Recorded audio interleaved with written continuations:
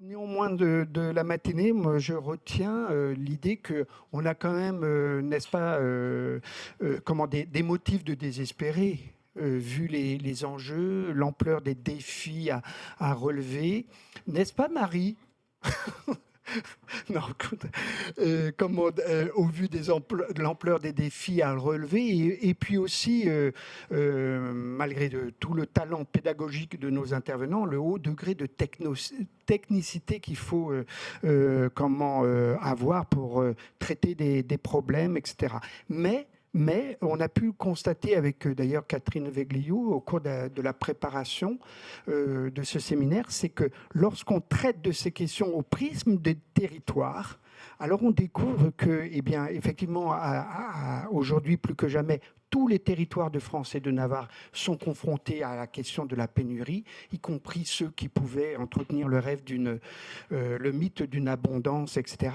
Mais tous s'emploient à trouver des solutions très, très innovantes par rapport à des problématiques spécifiques. De sorte que l'enjeu, il est double, c'est d'écouter ces territoires, de visibiliser ce qu'ils font, mais qui est peut-être souvent méconnu du grand public, et de créer les conditions de la rencontre pour mutualiser, transférer les solutions. Et c'est dans cet esprit qu'a été conçue cette table ronde en forme de marathon, puisque pas moins de 7 territoires vont être représentés avec autant de personnes. On va aller d'Agon-Coutainville jusqu'en Occitanie, en passant par la Nièvre et puis la Nouvelle-Calédonie.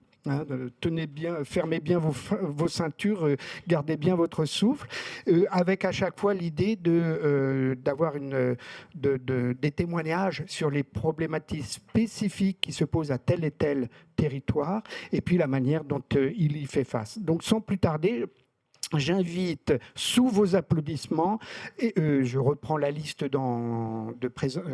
qui apparaît dans le programme, mais je ne respecterai pas forcément cet ordre-là. Jean-Michel Clerc, sous vos applaudissements, donc chargé de non, de vrais applaudissements. Voilà, parfait.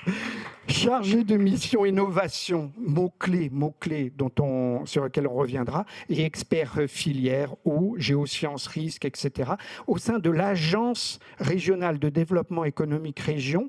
Et je trouve que c'est, une fois n'est pas coutume, l'acronyme qui est plus intéressant, ADOC. ADOC parce que c'est aussi Occitanie, Pyrénées, Méditerranée. Toujours sous vos applaudissements, Sébastien Desmecs, cofondateur et président de Telaka, Daniel L, coordinateur du projet Terre de Source, on ira avec lui du côté de Rennes, Caroline Lejar qui va nous faire... est-ce qu'on prononce le S? Non. Alors, Caroline Lejar, directrice adjointe du bien nommé UMR, de la bien nommée UMR Géo. Vous nous expliquerez le sens de cet acronyme. Et là, nous partirons avec vous du côté de la Nouvelle-Calédonie. Voilà. Fabrice Mazouni, qu'on a entendu ce matin, et toujours sous vos applaudissements, qui représentera le Dunkerquois. Fabrice, alors lui mérite encore plus d'applaudissements, je vais vous expliquer pourquoi. Fabrice Pacamicio, qui a pris sa voiture très tôt ce matin pour venir jusqu'ici, ça lui a pris 4 heures de route. On taira le volume de GES émis à cette occasion, mais merci d'avoir fait l'effort de venir jusqu'ici. Et Marie Petenati, voilà, qui nous fera voyager.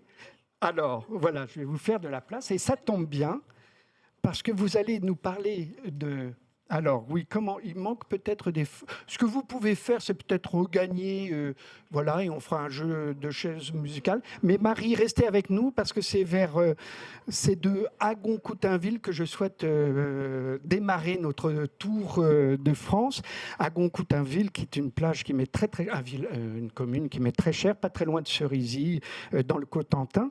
Et vous aurez remarqué que ce matin, on n'a pas parlé d'un sujet qui fâche, qui aurait pu créer de l'animation, c'est les méga-bassines. Pourquoi nous ne l'avons pas fait? Ce n'est pas parce qu'on n'ose pas affronter les sujets qui fâchent. On aborde les sujets qui fâchent ici.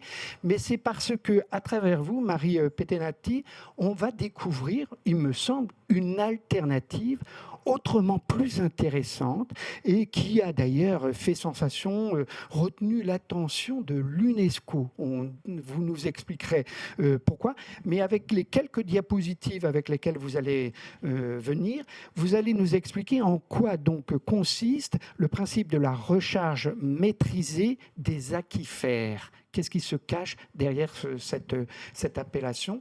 Je lance une première diapositive que vous pouvez voir sur l'écran qui est face à vous. Et c'est parti. Alors, merci beaucoup Sylvain. Donc, la solution de recharge maîtrisée des aquifères, elle vient en complément de tout un panel de solutions. Et la première qui vient en tête, c'est quand même la sobriété. On en a déjà parlé ce matin. Donc cette solution, elle n'est pas toute jeune. Dans beaucoup de pays, elle est utilisée depuis des décennies, voire même ancestralement, j'ai envie de dire. Il suffit juste de récupérer de l'eau à un endroit pour la stocker en aquifère. Alors un aquifère, c'est quoi? Tout le monde ne sait peut-être pas. C'est l'eau et la roche, c'est la nappe d'eau souterraine, voilà. Et donc c'est l'eau qui est contenue dans les vides de cette roche. Et on évite l'évaporation. Mais là, et c'est ça. Voilà. Et l'intérêt en fait de cette technique, effectivement, c'est d'avoir une eau qui est préservée de cette évaporation et qui, quand même, en profondeur, donc peut être aussi préservée de certaines contaminations, si tant est qu'on fait attention à l'utilisation de nos sols, voilà, et de ce qu'on en fait. Donc, il y a différents types de systèmes de recharge et on peut recharger ces nappes d'eau souterraines avec différents types d'eau, des eaux d'orage, des eaux de pluie, des eaux usées traitées, des eaux de surface. On peut réinjecter cette eau de façon directe par puits. Là, on le voit, un stockage direct en aquifère. Avec un seul puits, on injecte, on récupère, ou avec deux puits. Et là, on bénéficie en fait du pouvoir épurateur de la nappe d'eau souterraine avec un temps de transfert. Voilà, il y a des petits processus qui se passent, que ce soit de l'absorption, de la dilution ou de la biodégradation. En France, j'ai entouré le filtrat de berge. Pourquoi? En fait, on attire l'eau de la rivière à travers la berge et l'aquifère pour la pomper pour un usage. Et en fait, ce n'est ni plus ni moins nos champs captants, voilà, au bord des grands fleuves. Donc, on a ce type de système qui sont combinés avec des bassins d'infiltration. Donc ça, on le verra tout à l'heure avec un exemple. Et qui sont utilisés, voilà, pour, encore une fois, avec différents types d'eau. On a un cas particulier à gauche, c'est d'utiliser de l'eau de station d'épuration traité et qui va être infiltré par la nappe, par le sol jusqu'à la nappe. Et encore une fois, là, on va profiter des pouvoirs auto-épurateurs du sol et de la nappe pour obtenir une qualité d'eau satisfaisante. On peut le faire voilà, par rétention sur une colline ou récupérer des eaux de pluie. Voilà, ça c'est les principes généraux. L'idée c'est, on a souvent appelé ça recharge artificielle. Pourquoi? Parce que artificiellement, on prend une quantité d'eau et on la stocke en nappe. Avant de passer à la diapositive suivante qui donne à voir concrètement le démonstrateur ou à quoi ça peut ressembler, cette solution, j'imagine que oui, mais ça va mieux en le disant, reste viable, y compris dans la perspective de l'élévation du niveau de la mer dont on sait qu'il peut porter atteinte. Alors là, c'est super intéressant ce que vous dites là, parce que justement, ça pose la question de l'évaluation des risques et c'est tout l'enjeu de nos futures implémentations par rapport à la ressource en eau. Il y a des questions qui se posent de la même façon pour l'énergie, sur la localisation des EPR, par exemple. Mais est-ce que ça reste viable en cas de submersion marine? Là, le GIEC nous prédit sur le pire scénario 1 mètre d'élévation. Tout dispositif qui se situera près de la mer sera... Voilà. Par contre, l'intérêt de cette solution, effectivement, c'est de pouvoir créer des dômes hydrauliques d'eau douce, en fait, qui, imposés au bord du littoral, permettent de repousser l'intrusion saline. Intrusion saline qui est exacerbée, bien sûr, par la surexploitation des aquifères et par le changement climatique. Il faut penser ce système-là dans un système dynamique, un système temporel du grand cycle de l'eau. On va prendre l'eau au moment où on a le plus, en fait, où elle est en surplus, où on dispose quand même de la ressource, et on va la stocker, on va chercher à la stocker, à la retenir. C'est comme un ralentissement, en fait, du grand cycle sur le territoire pour l'utiliser ultérieurement pour tout usage. L'idée, c'est qu'on est sur un système donc dynamique et perméable. Voilà. On restitue l'eau au milieu, elle va servir à plusieurs usagers. Alors là, j'ai mis un exemple qui est assez conséquent, celui de Los Angeles, où je précise tout de suite qu'ils ne manquent pas de sources d'énergie, donc ils peuvent pousser les traitements très très très très loin pour avoir une eau quasiment pure à la sortie de la station d'épuration. J'en ai bu. Tout va bien. Jusqu'à maintenant, c'était au mois d'avril dernier. Je m'en porte pas trop mal. On verra dans 10 ans. Et ensuite, il la réinfiltre. Là, vous voyez, on dirait presque une eau de piscine. C'est l'eau qui sort de cette station d'épuration et qui est réinfiltrée dans d'énormes bassins pour recharger l'aquifère. Et elle est aussi injectée en injection directe tout le long du littoral pour repousser l'intrusion saline. Un autre exemple, ça va être les zones horticoles aux Pays-Bas. Les Pays-Bas, comme leur nom l'indique, sont en dessous du niveau de la mer, donc leurs aquifères sont saumâtres. Et vous voyez cette couche rose, c'est le sel, en fait, c'est l'aquifère saumâtre, on va dire, qui est compris, qui est captif, qui est compris entre 2 couches imperméables. Et là, il fonctionne pareil en injection directe avec les eaux de pluie, les eaux d'orage récupérées sur les toitures des grandes serres et de la zone industrielle pour créer une bulle d'eau douce injectée en nappe dans laquelle ils peuvent puiser pour des usages horticoles. On comprend que ce n'est pas une solution clé en main qu'il s'agit de transposer sur un territoire. Il faut être collé au plus près des spécificités du territoire. Alors, qu'en est-il d'Agon-Coutainville, que vous avez étudié, de plus qu'étudié, mise en œuvre avec toute une équipe dont on dira un mot d'ailleurs? Alors, l'histoire d'Agon-Coutainville, elle prend naissance à un congrès organisé, je crois, par le SIAP, donc qui fait de l'eau potable pour Paris, et où un monsieur, Jean Duchemin de l'Agence de l'eau, nous a présenté ce site qui existait déjà. Donc, c'est une station d'épuration qui se situe en milieu littoral en Normandie, dans le Cotentin, et qui ne peut pas rejeter ses eaux usées traitées en mer pour des questions de qualité d'eau, c'est-à-dire que ça dégraderait la qualité des activités conchilicoles et les activités de baignade aussi. Donc il fallait trouver une solution. Et sur ce grand cordon dunaire, il y a une roselière qui est donc, quand vous voyez là en bas à gauche, qui est naturelle et où les eaux de la station d'épuration sont rejetées. Et donc de facto, il y a de la recharge au départ, pas très maîtrisé ou voulu en ce sens de stockage d'eau, mais il y a de la recharge d'aquifères. Et il y a un certain nombre de composés qui sont contenus dans les eaux de stations d'épuration, même après traitement, qu'il était intéressant de suivre. Donc ça a été une longue croisade, cette affaire. Pourquoi ? Parce qu'il a fallu convaincre, c'est-à-dire que ça démarrait de Paris, et pas du tout de Normandie, d'un colloque avec quelqu'un qui travaillait à l'agence de l'eau. Donc là, j'ai dû faire preuve de patience et de persévérance pour mobiliser les acteurs. Et le premier acteur, c'est celui qui, finalement, traite les eaux. Donc c'était la SOR, en l'occurrence. Et là, tout prend son essence dans justement le territoire, c'est-à-dire que vous passez par tous les bureaux, et c'est les bureaux d'en haut, et c'est pas forcément voilà, vous passez par Caen, et ensuite vous arrivez petit à petit à Agon-Coutainville, enfin, voilà. Et ensuite la municipalité. Et là, la municipalité, on a été super bien accueillis, on a rencontré des gens formidables, dont Monsieur Le Fournier, responsable de l'urbanisme à l'époque à Agon, qui a trouvé ce projet formidable. Alors le projet, c'est quoi ? C'est un appel à projet européen pour comprendre la combinaison des traitements naturels, donc là ici en l'occurrence la roselière, le sol et la nappe, et des traitements classiques dits intensifs de stations d'épuration.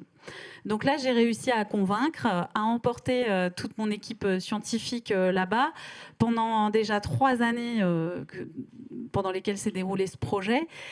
Et ensuite, on n'était pas en reste parce que 3 ans, quand vous faites des expérimentations scientifiques sur le terrain, ça passe très vite. Surtout qu'il était question de modélisation dans ce projet également pour comprendre le devenir de ces molécules dans l'environnement.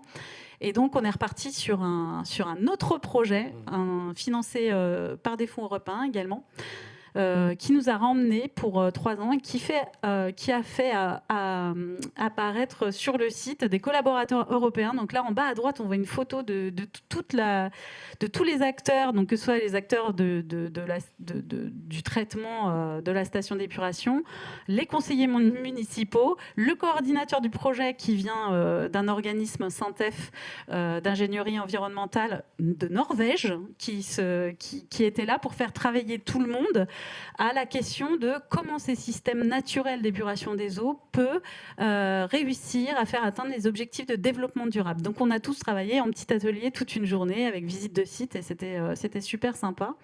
Et des acteurs aussi tout à fait qu'on voit là, c'est les acteurs du golf, parce qu'on voit qu'il y a un golf près de cette station qui étaient très très très intéressés aussi pour la réutilisation de ces eaux, bien sûr, une fois passés dans ce système de traitement naturel.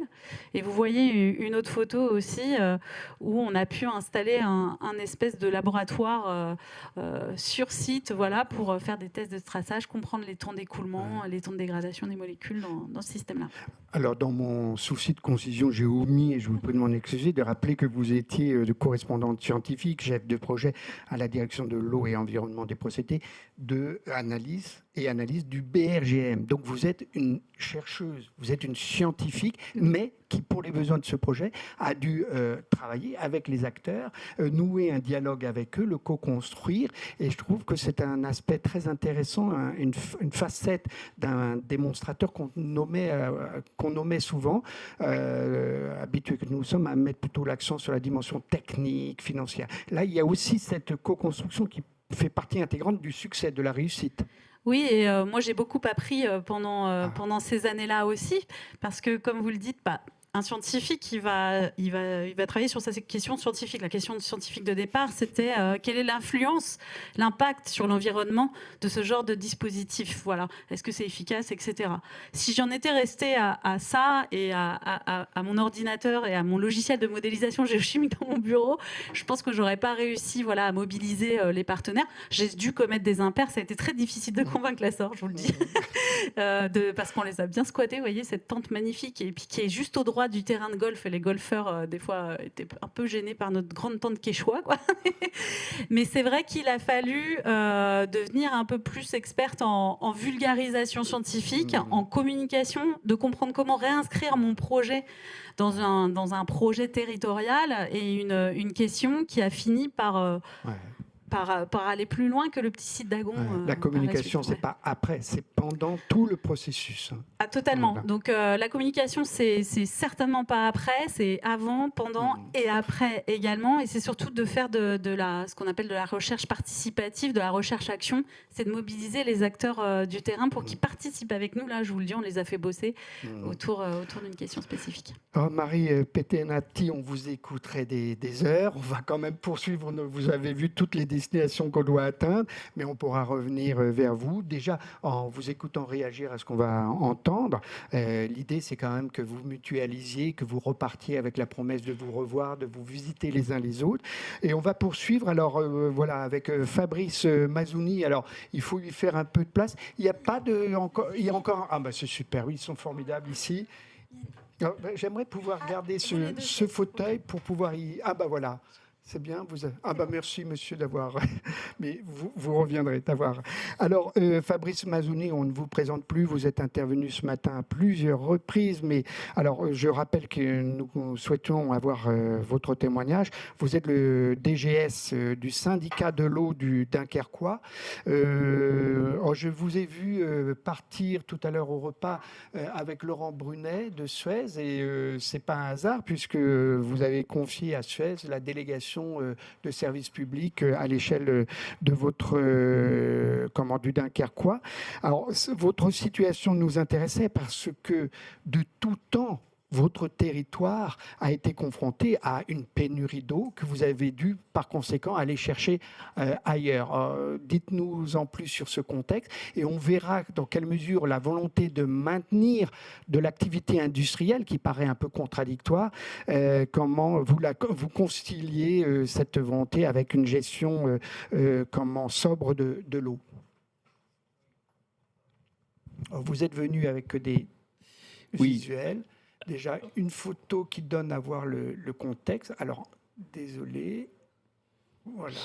Oui, voilà. Le contexte du territoire dunkerquois est un peu particulier. Alors, il ne s'agit pas de pénurie, mais en fait d'absence d'eau, puisqu'on se situe sur un terrain constitué des sables du Landénien, et donc nous ne disposons pas, sur notre périmètre, d'aquifères. Donc, historiquement, plus d'un siècle, cette eau, on va la chercher chez nos voisins, dans les monts de l'Audomarois, dans les aquifères des monts de l'Audomarois. en partenariat avec donc le territoire de l'Audomarois, de Saint-Omer. Et ça se passe très bien pour ce qui concerne donc le volet eau potable. Et donc on en a un peu parlé ce matin, il y a quelques actions effectivement majeures qui sont importantes pour le volet eau potable, mais pour préserver cette ressource en eau potable, d'ailleurs je rebondis sur les propos de Madame Petenati, on a mis aussi en place, mais dès les années 70, un dispositif de réalimentation artificielle de la nappe permettant de prélever l'eau de surface d'une rivière, lorsque en hiver elle est présente grâce à la pluviométrie, pour réalimenter, si c'est nécessaire, l'aquifère lorsque on observe un déficit par rapport à des courbes de référence. Et cet outil que l'on active peu, une fois tous les quelques années, eh bien, permet de maintenir un niveau très largement satisfaisant dans notre aquifère pour permettre de passer la période d'étiage sans aucune difficulté. Donc ça, c'est pour la consolidation du volet eau potable.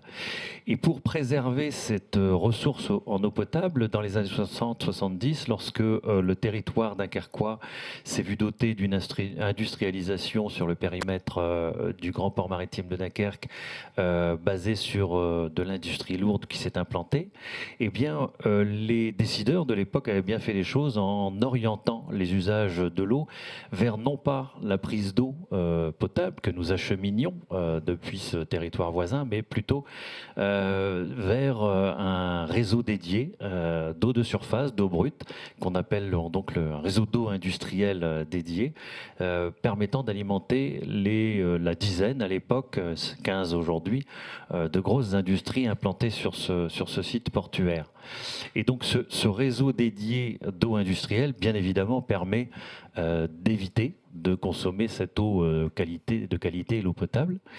Et donc, pour pérenniser aujourd'hui ces volumes d'eau industrielle, parce que même s'il ne s'agit pas de la même qualité d'eau et même s'il s'agit d'eau de surface, néanmoins une vigilance est importante, permanente est importante tout au long de l'année pour préserver cette ressource d'eau de surface. Et tout comme la ressource en aquifère, il faut développer des actions de pérennisation.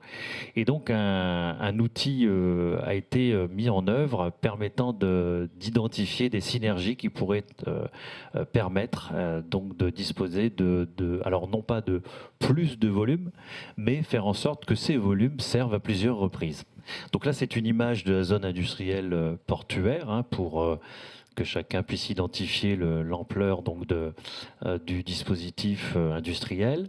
Et puis, nous avons aujourd'hui des défis à relever avec l'implantation de nouvelles industries qui dit développement économique, nouvelle industrie, dit aussi bien évidemment consommation d'utilité, dont l'eau. Et le monde industriel a changé de paradigme depuis quelques années. L'eau n'est plus considérée comme une utilité accessoire, observée, étudiée, expertisée en dernier lieu, mais plutôt comme une ressource primordiale, conditionnant l'implantation d'une unité industrielle. Et donc ce changement de paradigme nous permet de travailler avec le monde industriel sur plusieurs niveaux. D'abord, évidemment, la mise en œuvre de ce qu'on appelle les MTD, les meilleures technologies disponibles, ce que l'industriel peut mettre en œuvre pour faire en sorte de préserver la ressource et donc la consommer au mieux. Évidemment, par exemple, c'est évident, on n'a plus de système de refroidissement ouvert avec perte en eau et évaporation. On n'envoie plus les volumes d'eau à l'atmosphère. On est en circuit fermé et quand on met des circuits de refroidissement, on est sur des tours adiabatiques, etc. Enfin bref. Donc le syndicat de l'eau du Dunkerquois accompagne les industriels qui souhaitent évoluer dans leur pratique et a fortiori accompagne les industriels qui souhaitent s'implanter sur le territoire pour faire en sorte que ce premier niveau soit respecté, ces MTD sont mis en œuvre.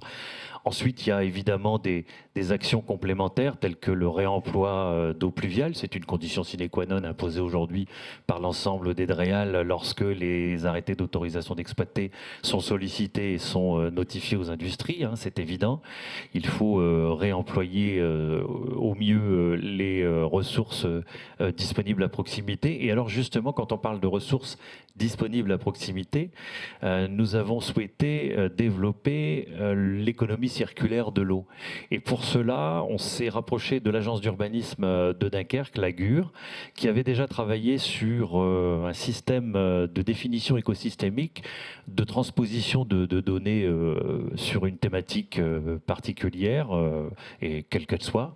Et l'AGUR avait démarré sur la mise en œuvre d'une toile de l'industrie pour identifier les relations commerciales, d'échange de matières entre les industries présentes sur le territoire. De cette toile de l'industrie, l'AGUR a travaillé sur une toile de l'énergie et on les a sollicités pour travailler ensemble pour créer cette toile de l'eau industrielle qui est affichée. Alors, je ne vais pas rentrer dans le détail de la toile, mais pour synthétiser, c'est toujours une représentation écosystémique de ce type avec un certain nombre de critères de représentation. Et ces toiles permettent en fait de révéler l'ensemble des données entrantes et l'ensemble des données sortantes pour différentes unités. Et donc, chaque encart, chaque case correspond à une entité consommatrice, productrice ou intervenant de manière intermédiaire sur la thématique et la consommation de volume d'eau à caractère industriel. Juste un arrêt sur image. C'est que ce qui me frappe, c'est l'extrême complexité de cette toile eau industrielle. Donc, elle est destinée à qui? Parce que, et derrière ma question, il y a celle de savoir s'il n'y a pas quelque chose de contre-productif à montrer une telle complexité aux yeux des autres acteurs. Je vous vois sourire, tout comme Marie. Alors, ce n'est pas un outil de communication, voilà. C'est un outil de travail. Oui, c'est okay. un outil, en fait, pour faire simple, c'est un révélateur de solutions. De cette toile, évidemment, ça c'est la transposition visuelle, mais il y a tout un ensemble de données numériques adossées à cette représentation. Et en gros, on en retire une définition matricielle. On a extrait de l'ensemble de ces données 1600 solutions de mise en synergie. Une mise en synergie, c'est quoi? C'est une relation entre une entité et une autre, un potentiel de réemploi de volume d'eau par une entité. En gros, les volumes qui hier étaient rejetés au milieu naturel par une entreprise peuvent demain représenter la ressource en eau d'une autre entreprise. Et donc pour cela, il faut expertiser un certain nombre de données quantitatives et qualitatives d'entrée et de sortie, et expertiser un certain nombre de critères tels que effectivement la position géographique, puisque ce n'est pas la même chose en termes de projet, puisque l'objectif c'est bien ensuite de concrétiser des projets d'économie circulaire de l'eau, et donc un certain nombre de critères complémentaires sont indispensables, comme la position géographique pour étudier la rentabilité d'une opération et les modes de fonctionnement des différentes entités, puisque sur chaque item qui représente une entreprise, vous avez à l'intérieur même de ces entreprises des logigrammes qui définissent les modes d'usage de l'eau. En gros, une entreprise peut utiliser de l'eau pour un système de refroidissement, mais aussi pour un système de production d'eau osmosée ou d'autres usages. Et donc, la description de ces différents usages est aussi indispensable, puisqu'on peut valoriser des volumes pour tel usage et de manière moins aisée pour d'autres. Arrêt sur image, le Dunkerque est connu pour avoir été pionnière en matière d'écologie industrielle, et il me semble que c'est précisément ce que vous décrivez. C'est la continuité, de l'économie circulaire. Hier, on a beaucoup travaillé sur les ressources matières, en faisant en sorte que les déchets des uns deviennent les ressources des autres, avec ces matières premières dites secondaires, et donc ça c'était la décennie précédente, ou les 2 décennies précédentes. Aujourd'hui, l'eau, enfin, intègre ce collège des matières, des ressources à valoriser et à faire entrer dans la thématique de la circularité. C'est un outil, donc révélateur de synergie, qui permet ensuite de hiérarchiser les différentes solutions, de la plus aisée à la moins aisée, et ensuite le territoire, les acteurs que nous sommes, valorise, identifie ces solutions les plus réalisables et travaille ensuite avec les parties prenantes pour la mettre en œuvre. C'est important. C'est un outil qui a été identifié au-delà de notre territoire et qu'on a pu présenter lors du congrès de la conférence mondiale de l'ONU à New York très récemment, et qui est très certainement une base réplicable, bien évidemment, pour d'autres territoires. On va le voir tout à l'heure. Merci pour ça. Encore une question qui appelle une réponse rapide, et ça fera le lien avec le témoignage de Caroline Lejars. Ce qu'on entend dans ce que vous dites, c'est que voilà, on peut affronter la question de la pénurie, voire même du manque d'eau, y compris dans un territoire industriel. Nous, à Dunkerque, dans le Dunkerquois, nous avons une longue expérience, etc. Mais qu'en est-il du travail fait auprès de la population pour la rassurer quant au fait qu'on peut surmonter les conflits d'usage, y compris sur un territoire qui fait le pari de l'industrialisation? Est-ce qu'en marge de cela, il y a un travail peut-être pas de communication, mais de pédagogie? Il y a un travail de pédagogie historique sur le territoire, puisque l'eau étant acheminée de l'extérieur, c'est identifié par les habitants. Et je l'ai évoqué très rapidement ce matin, mais il y a différents dispositifs qui ont été mis en œuvre, tels que la tarification éco-solidaire, parce qu'il y a un volet social et un volet écologique, pour faire en sorte que l'habitant s'approprie la valeur de l'eau et un mode sobre de consommation.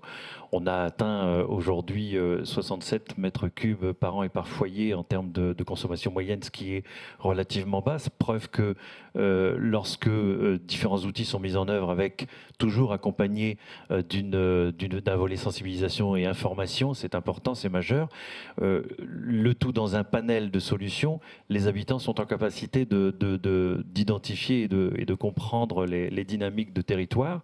Et cet outil mis en œuvre et déployé pour faire en sorte que demain, puisqu'il faut encore maintenant réaliser concrètement les opérations de mise en synergie, eh bien, un tel outil et une telle dynamique de circularité de la ressource en eau, bien évidemment, convaincre l'habitant, puisque ça permet une transparence, ça permet d'identifier des solutions pour l'avenir et non pas faire reposer l'implantation d'une entreprise et ses besoins en eau sur des questions auxquelles les réponses resteraient floues. Merci. Alors, nous pourrions poursuivre en allant du côté de Rennes, mais à dessein, je vais vous embarquer en direction de la Nouvelle-Calédonie, et ça permettra de prolonger un élément de la réflexion. Je m'empresse à dire que s'il y a des questions qui brûlent les lèvres, n'hésitez pas à intervenir. C'est l'esprit du Hub qui veut ça, y compris je fais la proposition aux autres intervenants. Mais filons donc avec vous, Caroline Lejars, en Nouvelle-Calédonie. Vous êtes chercheuse, bon, vous travaillez au sein du CIRAD, qui est un organisme, un centre de coopération internationale, cher à Lucille Grasset, voilà, elle confirme, elle y a fait, voilà, elle y a travaillé. Et alors, au-delà du clin d'œil, alors, s'il y a un mot-clé qui caractérise, me semble-t-il, votre travail, notamment en Nouvelle-Calédonie, c'est l'approche participative. C'est comment emmener, faire participer les populations, et dans un contexte très particulier, la Nouvelle-Calédonie. Eh bien, je vous laisse peut-être nous rappeler justement en quoi ce contexte est problématique au regard de la politique de l'eau et de la construction de telles politiques, et vous nous direz comment vous y êtes pris pour procéder à une co-construction à partir d'une approche participative. Vous êtes venu également avec quelques visuels qui étaient juste avant, en fait, donc je reviens un peu en arrière, désolé. Vous pouvez laisser voilà. la suivante finalement, si vous voulez que je commence parfait. Directement sur la Calédonie. Et qui donne bien à voir, on est vraiment dans le vif du sujet. On est dans le vif du sujet. Bon, déjà, je tiens quand même à dire que je suis un peu gênée de témoigner en tant qu'acteur du territoire, parce qu'en l'occurrence, je ne suis pas vraiment un acteur du territoire calédonien. Mais par contre, effectivement, j'ai participé en tant que chercheur, où j'ai été expatriée pendant 2 ans, voilà. Au sein de l'Institut agronomique calédonien, à tout un processus qui a été mis en place autour de 2 points: la gouvernance de l'eau sur les terres coutumières et la construction de la première politique de l'eau calédonienne. Donc, quelques mots peut-être sur la Calédonie, parce que là, je pense qu'il faut comprendre le contexte, on part un peu loin.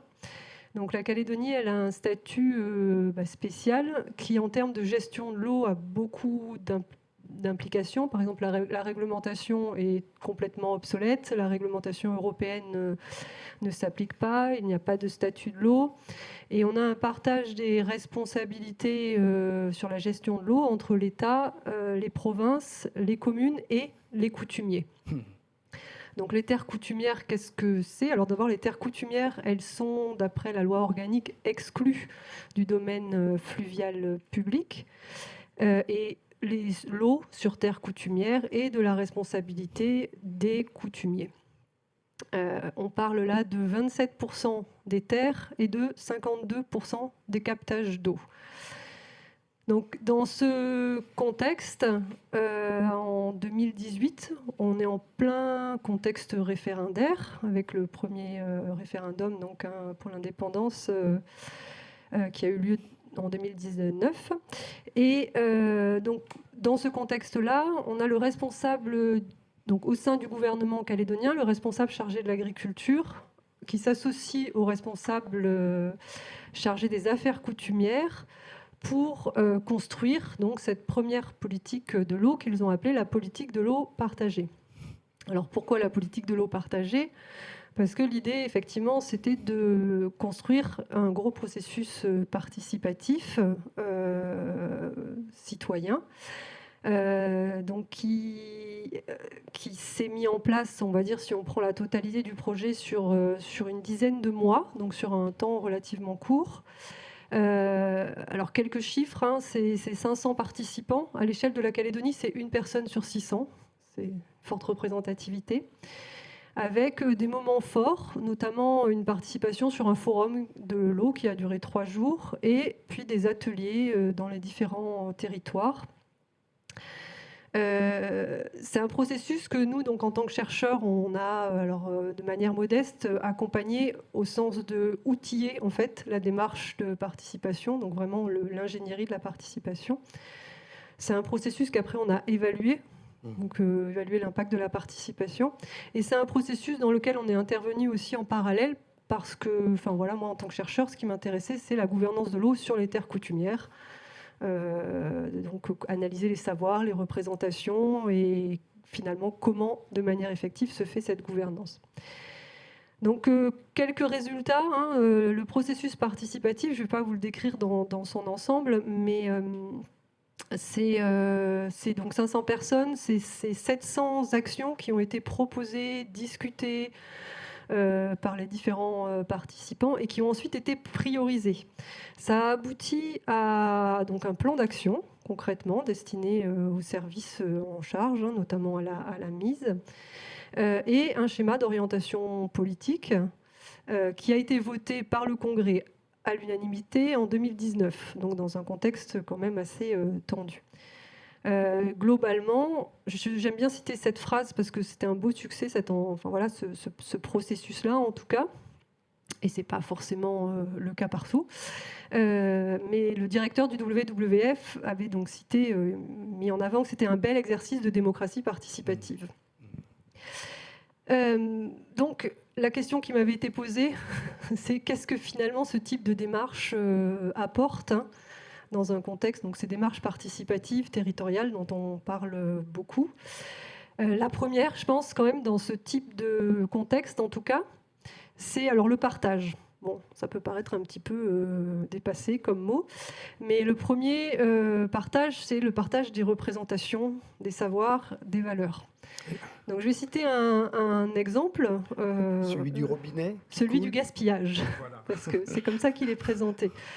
Donc, concrètement, il y a un problème tout simple, hein, c'est que les communes sont en tension avec les tribus qui gaspillent. Je cite les communes, donc, parce qu'il y a effectivement des consommations qui sont extrêmement élevées dans les tribus, qui peuvent aller à plusieurs mètres cubes par jour et par habitant.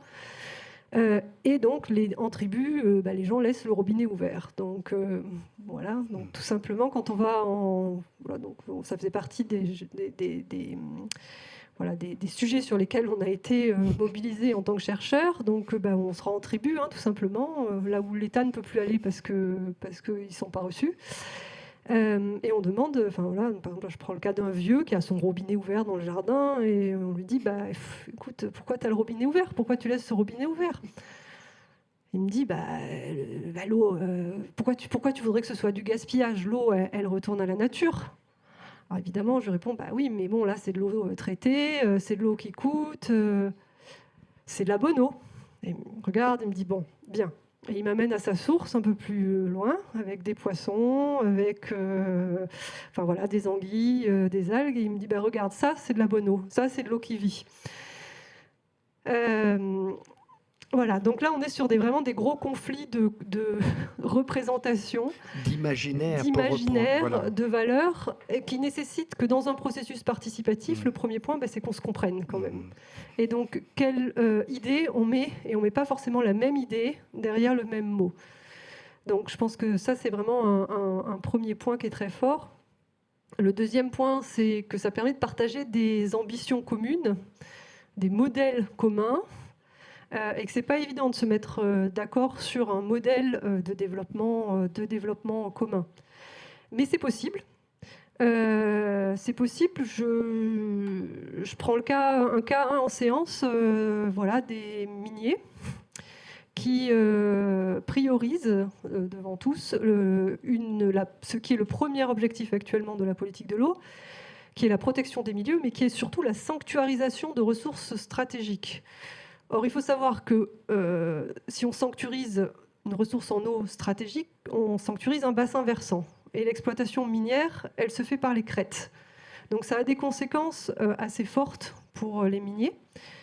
Mais malgré tout, je pense que dans un contexte comme ça, on a en tout cas des employés des mines, des salariés des mines qui sont complètement pour finalement aller vers, en tout cas se fixer ce type d'objectif. Donc il y a le partage. Le deuxième, c'est le co-apprentissage. Je vais prendre un exemple peut-être qui va faire écho avec ce qui a été dit avant. Le co-apprentissage, il vaut aussi pour les chercheurs. Donc nous aussi, on apprend dans ce type de processus. Et une question qui revient souvent et qui est revenue dans ce contexte-là, elle est toute bête, c'est a-t-on besoin de connaissances pour décider? De quelles connaissances a-t-on besoin de décider? Avec un coutumier qui m'a même dit, franchement, on n'a pas besoin de savoir pour décider. Avec un co-apprentissage aussi qui peut aller sur des questions comme les eaux souterraines, par exemple, ou dans le sud, par exemple, maintenant il y a des conflits pour savoir qu'est-ce que c'est qu'une ressource stratégique. Et avec la possibilité de se dire on va creuser et accéder aux eaux souterraines. Mais dans l'imaginaire kanak, l'eau souterraine, en tout cas sur la Grande Terre, c'est l'eau des colons. Donc on bouche les puits et on ne creuse pas. Voilà, donc ça peut poser un certain nombre de questions un peu de fond. Voilà, le troisième point peut-être, c'est que ça laisse la porte ouverte aussi, ce type de démarche, à des solutions complètement innovantes. Donc la sanctuarisation des ressources stratégiques, c'en était une. Ça peut être le statut juridique, en l'occurrence il n'y en a pas en Calédonie. Donc des choses qui commencent à émerger, c'est la question de la personnalité juridique vivante qu'on pourrait donner à l'eau. Il y a aussi la mise en place de nouveaux systèmes de gouvernance. Il n'y a pas d'agence de l'eau actuellement, mais notamment, pour faire écho à ce qui a été dit ce matin, des réflexions sur la mise en place de nouveaux modes de financement qui coupleraient justement petit cycle de l'eau et grand cycle de l'eau.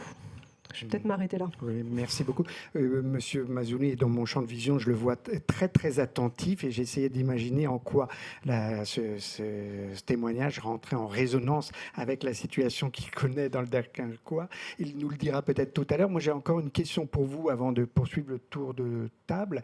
C'est que comment cette recherche a été possible? Comment avez-vous pu vous faire une place, vous, chercheuse, dans ce contexte-là?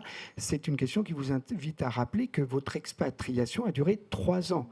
Et donc, est-ce une condition nécessaire, cette inscription dans la durée, pour parvenir à dialoguer avec les deux parties en présence? Alors bon, là en l'occurrence, alors nous au CIRAD, on est quand même par nature, on travaille en expatriation, donc plutôt voilà, sous forme de recherche, action, intervention, on peut y mettre Et au beaucoup long de cours, mots, et au long 3 ans. cours. Dans notre UMR aussi, UMR Géo, c'est une marque, j'ai envie de dire, de fabrique. On fait de la recherche finalisée, donc au nord et au sud, et puisque c'est notre libellé, c'est la gouvernance sur les territoires hydrologiques. Donc c'est bien, territoire étant un groupe social, territoire hydrologique est un groupe social autour d'enjeux de l'eau. Et donc effectivement, on a vocation à travailler sur le terrain. Donc quand on travaille au sud, on travaille sur les terrains au sud. Monsieur Mazouni, puisque je vous ai interpellé, sauf si vous n'avez... comment ?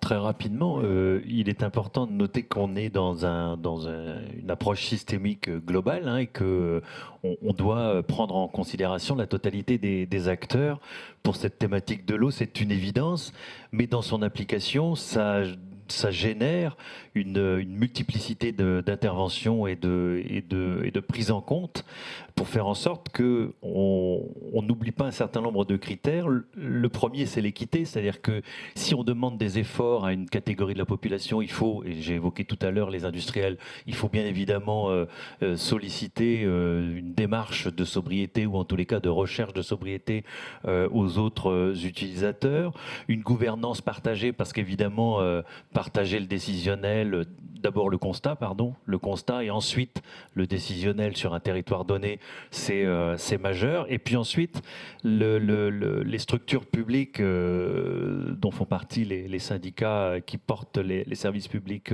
d'eau potable, porte une action publique qui doit être partagée et de fond. C'est-à-dire que les collectivités doivent démontrer leur action et leur implication sur cette thématique pour faire en sorte que les efforts soient compris et que, comme je le disais tout à l'heure, l'ensemble des acteurs intègrent le fait qu'une dynamique est enclenchée et que donc on peut monter dans le train, entre guillemets. C'est majeur. Et je rajouterais que comme c'est multi-acteurs, évidemment, on n'est pas sur une définition d'une action. Là, j'ai évoqué l'économie circulaire de l'eau, mais évidemment, ça s'inscrit dans un contexte global où tous les acteurs sont mobilisés, et plus sur un territoire les acteurs sont mobilisés ensemble, mieux les chances de réussite sont réunies, bien évidemment. Pour être très rapide, la communauté urbaine de Dunkerque qui a la compétence assainissement sur le périmètre sur son territoire, sur le périmètre littoral, porte un projet REUT, évidemment, le réemploi des eaux sorties de station. Le grand port maritime de Dunkerque, qui accueille sur son territoire les entreprises qui s'implantent, porte un projet de mutualisation d'une station de traitement des eaux industrielles sorties process. Enfin, vous voyez, et puis bien évidemment, j'ai parlé des particuliers, et puis je ne sais pas si j'en aurai l'opportunité, mais je pourrais parler aussi du monde agricole avec lequel évidemment on travaille pour pérenniser la ressource, mais voilà, c'est bien évidemment multi-acteurs. Alors, le monde agricole, on y reviendra, me semble-t-il, d'ailleurs, avec vous, Daniel L. On va là, cette fois, repartir, mais en direction de Rennes. Or, le visuel que je projette est emprunté à un intervenant, mais je trouve que il nous fait garder en mémoire un chiffre clé, des chiffres clés. Mais vous êtes venu sans visuel, monsieur Daniel L. Vous êtes venu, alors vous êtes coordinateur du projet Terre de source à la collectivité eau du bassin rennais. Et alors, c'est un projet très intéressant qui consiste en une forme de labellisation, comment de procéder, qui assure comment une eau de qualité et qui permet et qui s'inscrit, mais je vous laisse le soin de nous en dire plus, dans une approche plus globale, intégrant jusqu'à y compris les enjeux alimentaires territoriaux. Oui, merci. Du coup, pour faire le lien avec ce matin, c'est justement l'idée du financement du grand cycle de l'eau par le petit cycle, que l'on a travaillé. Et puis, pour faire le lien avec ce matin toujours, c'est aussi l'idée de transformer les modèles économiques du coup de l'alimentation et de la production d'eau potable. Donc, Terre de Source, c'est un dispositif qui a été reconnu lauréat par France 2030. Et donc, nous sommes accompagnés par la Banque des Territoires jusqu'en 2028. Ça méritait d'être rappelé, effectivement. Nous sommes importants Oui. dans les locaux de la Banque des Territoires. Du coup, Terre de Source vise l'enjeu de l'eau. Donc, c'est la raison pour laquelle le dispositif est à l'initiative de la collectivité ou du bassin rennais qui fournit l'eau potable aux 550 000 habitants du territoire. Du coup, à partir de captage, alors là aussi comme Dunkerque, on n'a pas d'eau localement, donc les rivières s'appellent la Vilaine et la Seiche, donc ça vous laisse entendre qu'on va la chercher beaucoup plus loin, entre 25 et 70 km de Rennes. Arrêt sur image, vous bousculez une idée reçue concernant le territoire de Rennes, qu'on croit plutôt pluvieux, soumis à des pluies. Ce n'est pas le cas. Oui, j'allais venir effectivement par rapport à cet enjeu quantitatif. On a tous, vous avez tous en tête, effectivement, vu la pluviométrie qui est légendaire. Et en fait, on est confronté à cette pénurie d'eau, puisque le sol ne garde pas l'eau.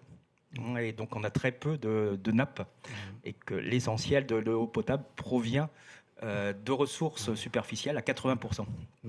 Et donc, dans le contexte aussi de dérèglement climatique aussi, et de migration des populations, il y a aussi cet enjeu-là de voir affluer une population de plus en plus importante. Le département d'Ille-et-Vilaine est confronté à une affluence pronostiquée à 2050 de plus 100 000 habitants. Donc, en quelques années là, et donc du coup avec des questions qui se posent par rapport à l'accueil de cette population vis-à-vis de l'enjeu eau. Donc ce qui est visé, c'est du coup de compenser par des économies d'eau, donc avec des objectifs de réduction de 13%, mais voilà, dans un contexte qui... Voilà, zoomons sur une des actions, c'est Terre de Source, précisément. Alors, en quoi ça consiste? Terre de Source, du coup, dans le contexte avant tout de la dégradation de la qualité des eaux, en matière de nitrates et de produits phytosanitaires, où nous avons atteint, notamment sur certains secteurs, plus de 70 mg par litre en nitrate, et donc avec des opérations qui ont permis d'arriver à des résultats significatifs, puisque en travaillant avec la profession agricole, nous avons réussi à atteindre 45 mg par litre, par exemple, sur ces secteurs-là, donc avec des réductions très fortes. Mais l'idée d'aller bien au-delà, et donc l'idée qui est venue d'ailleurs des agriculteurs, de dire... en réemployant leur verbatim, nous sommes d'accord de faire évoluer nos systèmes de production, mais on voudrait que ça se fasse dans une démarche gagnant-gagnant. Et donc, c'est là le point de départ de la démarche, après avoir visité, en fait, les expériences en Allemagne, de Munich à Augsbourg en particulier. Donc, nous sommes revenus avec toutes ces idées-là d'approche globale, qui visent, en fait, à valoriser, d'un point de vue économique, les productions des exploitations agricoles qui s'engagent en faveur de l'eau. Donc c'est là l'objectif, et avec un point de départ pour nous qui est la commande publique, pour développer les filières de production. Et on le voit bien dans le contexte actuel d'inflation, où le consentement à payer plus cher les produits du consommateur est remis en cause. L'idée d'aller d'abord cibler le marché de la restauration collective, qui est bien sûr décidé par les élus, et donc qui est un marché beaucoup plus maîtrisé, pour développer les filières de production. On butait sur un point particulier, qui est celui que vous connaissez, c'est l'interdiction du localisme en matière de commande publique. À savoir qu'on ne peut pas commander un produit provenant d'un territoire géographique spécifique. Alors, comment vous avez contourné cet obstacle? Alors, grâce un petit peu aux échanges qu'on a pu avoir, et ça, d'où l'importance d'échanger entre tous les acteurs. Nous, on a fait partie du réseau des collectivités qui travaillent sur l'achat responsable, Reseco en l'occurrence. On a trouvé avec les experts de la commande publique de Rennes Métropole la façon de présenter les marchés publics pour ce faire. Et donc l'astuce, je pense que vous voulez savoir, il s'agit en fait de marchés publics de prestations de services et non pas de fournitures. En fait, on achète de la prestation de services protection des ressources en eau avec comme support l'achat de denrées alimentaires. Et donc c'est de cette façon que seules les exploitations tient à écoles... une question de vocabulaire. Ah oui, non seulement de vocabulaire, mais aussi de procédure derrière. Oui, de procédure, oui. Et seules les exploitations écoles situées en amont des captages d'eau potable, donc qui ont une influence sur la qualité de cette eau, peuvent être éligibles et seules éligibles à répondre à cet appel à prestation de service. Voilà, et donc de cette façon-là, alors le dispositif il peut s'appliquer à d'autres enjeux. On l'a appliqué avec les EPCI, donc Rennes Métropole notamment, et puis les communautés de communes voisines. Du coup, la même démarche en mobilisant leurs compétences air, c'est-à-dire qualité de l'air et réduction des gaz à effet de serre. Donc de façon à lancer une même procédure d'appel à prestation de service pour protéger les ressources en air. Et comme air et eau vont de pair, donc quand on travaille sur l'eau, on travaille sur l'air et inversement. Voilà, ça a du sens. Donc ce concept-là, on l'a mis en application à la suite de 3 étapes expérimentales successives. D'une part avec la ville de Rennes qui fournit 12 000 repas jour. 3 producteurs, la deuxième étape, 15 communes, 20 producteurs. Et puis là, nous venons passer à un 3e marché public avec 61 communes et 88 exploitations agricoles. Et puis, on va faire évoluer offre et demande au fur et à mesure. Donc ça, c'est la première brique. Sachant qu'il y a 7 briques, mais je serai rapide en les citant. La deuxième brique, c'est la création d'une société collective d'intérêt coopérative d'intérêt collectif, une SIC, qui a pour vocation à développer en fait l'achat local à grande échelle. Donc le maître mot, c'est la logistique pour acheminer les produits entre les différents sites de production et de transformation jusqu'au site de livraison. Et donc, c'est la vocation de cette société, en plus de celle de labelliser les exploitations écoles, mais aussi les transformateurs, sur la base d'un cahier des charges que l'on a construit, justement, sur l'exemple que vous avez cité en Nouvelle-Calédonie, mais voilà, dans un contexte bien sûr différent. Du coup, avec une démarche de progrès, partant en fait une évolution en fait des systèmes de production évalués sur la base d'une méthode IDEA de durabilité des exploitations agricoles. Cette société aussi a la vocation à développer un label, donc cette fois pour aller viser le marché consommateur, donc organiser, donc développer la notoriété de ce label-là, et puis enfin développer les filières de production.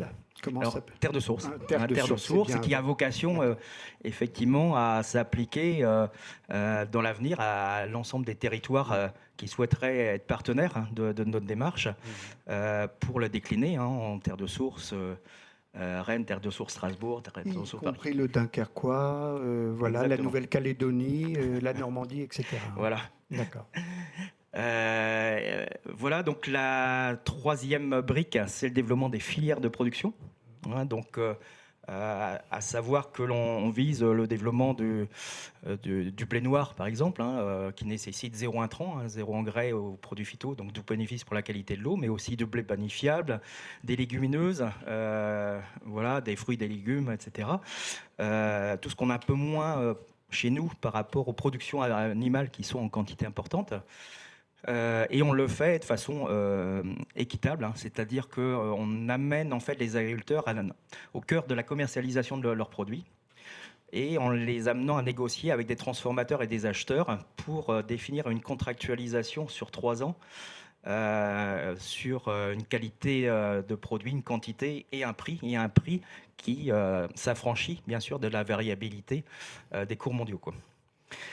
Voilà, donc la 4e brique, c'est toute l'éducation à l'alimentation durable, Bien évidemment, si on s'arrête là, on n'a pas gagné. Hein. Donc il faut aller dans un esprit pédagogique. Hein. Donc comme vous avez cité Sylvain tout à l'heure, du coup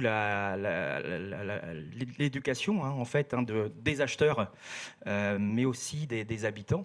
Ouais, et on le fait avec tout le réseau associatif, mais aussi le réseau des distributeurs. Hein, donc, sachant que les boulangers, les bouchers sont bien sûr les vecteurs, les prescripteurs auprès de la population de tous les messages qu'on peut développer autour de l'alimentation durable. Voilà, donc la 6e brique là-dessus, c'est la feuille de route. Notre feuille de route, c'est le scénario After 2050. Qui est à l'initiative de l'association Solagro de Toulouse et qui vise à intégrer tous les enjeux que nous avons devant nous, à savoir l'adaptation au changement climatique, hein, la réduction des gaz à effet de serre, la lutte contre l'effondrement de la biodiversité, la lutte contre les maladies cardiovasculaires, le diabète, les cancers, qui sont enfin, liés à l'alimentation dans leur grande proportion. Et puis qualité de l'eau, qualité de l'air dont j'ai déjà parlé. Et donc avec 2 axes de travail, hein, l'évolution d'une part du régime alimentaire de la population, hein, donc ça c'est important, hein, donc c'est pour synthétiser, manger moins de viande, mais continuer à manger, hein, mais manger de la bonne, hein, c'est-à-dire qui est produite de façon économe en intrants, et aussi équitable par rapport aux producteurs. 7e brique. Et puis là, enfin, donc du coup, 7e brique, c'est justement la réplication sur les autres territoires. Voilà. Et donc là, c'est le sens de notre rencontre aujourd'hui. Je pense qu'il va y avoir des échanges de cartes de visite, voilà. Mais on va déjà amorcer la discussion ici même. Juste une question quand même avant de poursuivre le tour de table, c'est que ce qu'on a compris, c'est que tout est parti d'un défi lancé à des agriculteurs qui se sont engagés à préserver pour l'eau, à s'engager pour l'eau, et tout ça a enclenché une dynamique qui s'est traduite par la création de toutes sortes de briques, voilà. Mais à quel moment vous avez travaillé avec les collectivités locales? Est-ce que c'est quelque chose, un rhizome qui se déploie indépendamment des politiques publiques portées par les collectivités elles-mêmes? Alors nous, on est par essence, je fais partie d'une collectivité, hein, donc du coup, hein, effectivement, c'est notre ADN. Donc en fait, c'est justement notre légitimité à agir sur le terrain. Vous avez compris qu'en fait, le syndicat d'eau, du coup, va aller chercher de l'eau en dehors de son territoire administratif, donc fait le lien entre le territoire de consommation de l'eau, qui est un territoire, on va dire, urbain, même si la proportion de surface agricole, elle est non négligeable sur Rennes Métropole, et ces territoires ruraux. Hein, et donc, on fait le lien déjà entre l'urbain et le rural. Le syndicat connaît 100% des habitants, donc des usagers de l'eau, hein, à travers la facture d'eau, et 100% des agriculteurs.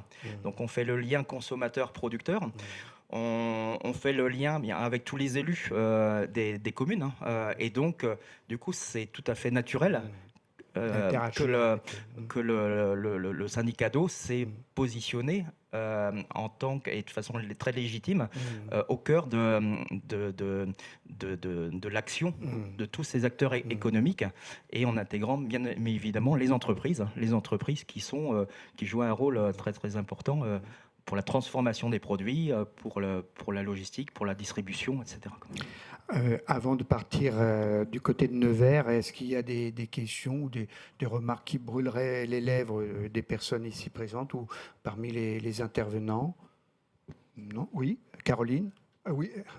Caroline, et puis... Non, je voulais juste dire qu'il est évident qu'on va échanger nos cartes pour les bonnes pratiques, et notamment je note on pourrait échanger les CCTP, les cahiers des charges qui ont permis de développer cette dynamique partagée. Vous avez eu la réponse sur les agriculteurs, hein, d'ailleurs, au passage. Caroline. Oui, merci. Moi, j'étais vraiment intéressée. Je me posais une question parce qu'il y a des choses qui se développent autour de la construction de cahiers des charges qui décrivent la manière dont la participation est faite, où le territoire est labellisé, où il peut y avoir plusieurs niveaux de labellisation finalement qui correspondraient à différents niveaux de participation. Et est-ce que ça, c'est quelque chose que vous développez? Alors, la façon dont on voit ça, c'est vraiment une démarche de partenariat entre les territoires. C'est-à-dire qu'en fait, l'idée, c'est vraiment que chaque territoire soit souverain pour définir un cap à l'agriculture qui lui est propre, considérant ses propres enjeux. Et donc, on a construit le dispositif de telle façon à ce que ce soit possible. C'est-à-dire que l'outil dont je parlais, qui est un outil de diagnostic, peut être applicable à toutes les exploitations, quels que soient les territoires. Et à ce moment-là, du coup, avec des groupes de travail locaux, de définir les indicateurs cibles des projets de progrès des exploitations agricoles, de façon à ce que les exploitations agricoles puissent faire évoluer leur système dans un sens spécifique et donc souhaité par l'ensemble des acteurs, quoi. Voilà, et puis en fait, c'est cette notion de projet, de progrès, pardon, qui vise vraiment la transition, c'est-à-dire l'idée de partir d'où sont les exploitations pour les entraîner, du coup, 3 ans et 6 ans plus tard, à un niveau tel qu'il y ait une évolution vraiment significative par rapport à tous les enjeux. Et puis le maître mot, c'est la diversification des productions. Je crois que c'est ça, c'est conformément aux études INRAE 2010 et 2023. C'est en fait, si on veut, qui disent en fait que si on veut viser une réduction significative des produits phytosanitaires, c'est bien la diversification des systèmes de production qu'il faut viser, et à toutes les échelles, à l'échelle parcellaire, à l'échelle des exploitations et à l'échelle des territoires. Donc ça veut dire déspécialiser les territoires de production. Et donc ça, cet outil vise à aller dans ce sens-là. Marie Petenati, pardon. Est-ce qu'on peut donner un micro? Voilà, parfait. On mutualise jusqu'au micro. Oui, je voulais poser quelques mots sur ce que Daniel vient de nous expliquer, qui est super intéressant, parce que derrière ça, il y a la notion d'empreinte eau qui est prise en compte et qui est super importante.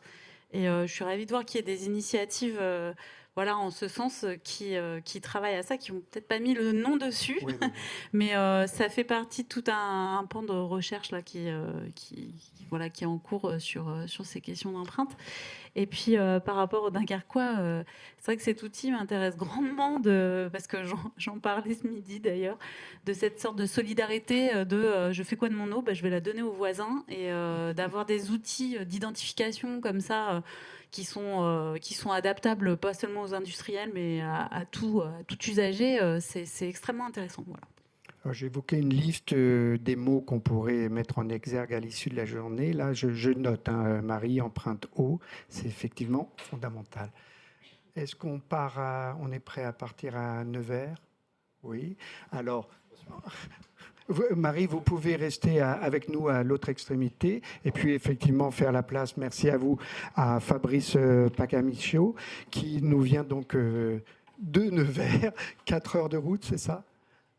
Alors, oui, on va lancer la vidéo parce que vous êtes venu avec vous alors un diaporama mobile, dynamique, on verra ça tout à l'heure, mais il était intéressant. Ah oui, alors on met carrément à disposition un ordinateur pour que vous puissiez faire des arrêts sur image. Auparavant, Fabrice Pacamicio, nous souhaitons vous entendre parce que vous avez déployé une solution à un problème qu'on a évoqué, mais sur lequel on ne s'est pas attardé parce qu'on ne pouvait pas parler de tout, c'est les fuites d'eau.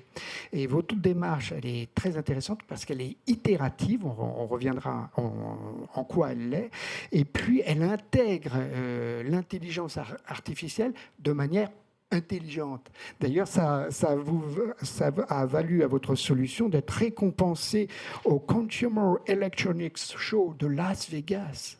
On a parlé de Nevers à Las Vegas, et puis ça vous a valu aussi un prix de l'innovation au Festival mondial de l'intelligence artificielle à Cannes. Voilà, trêve de teasing.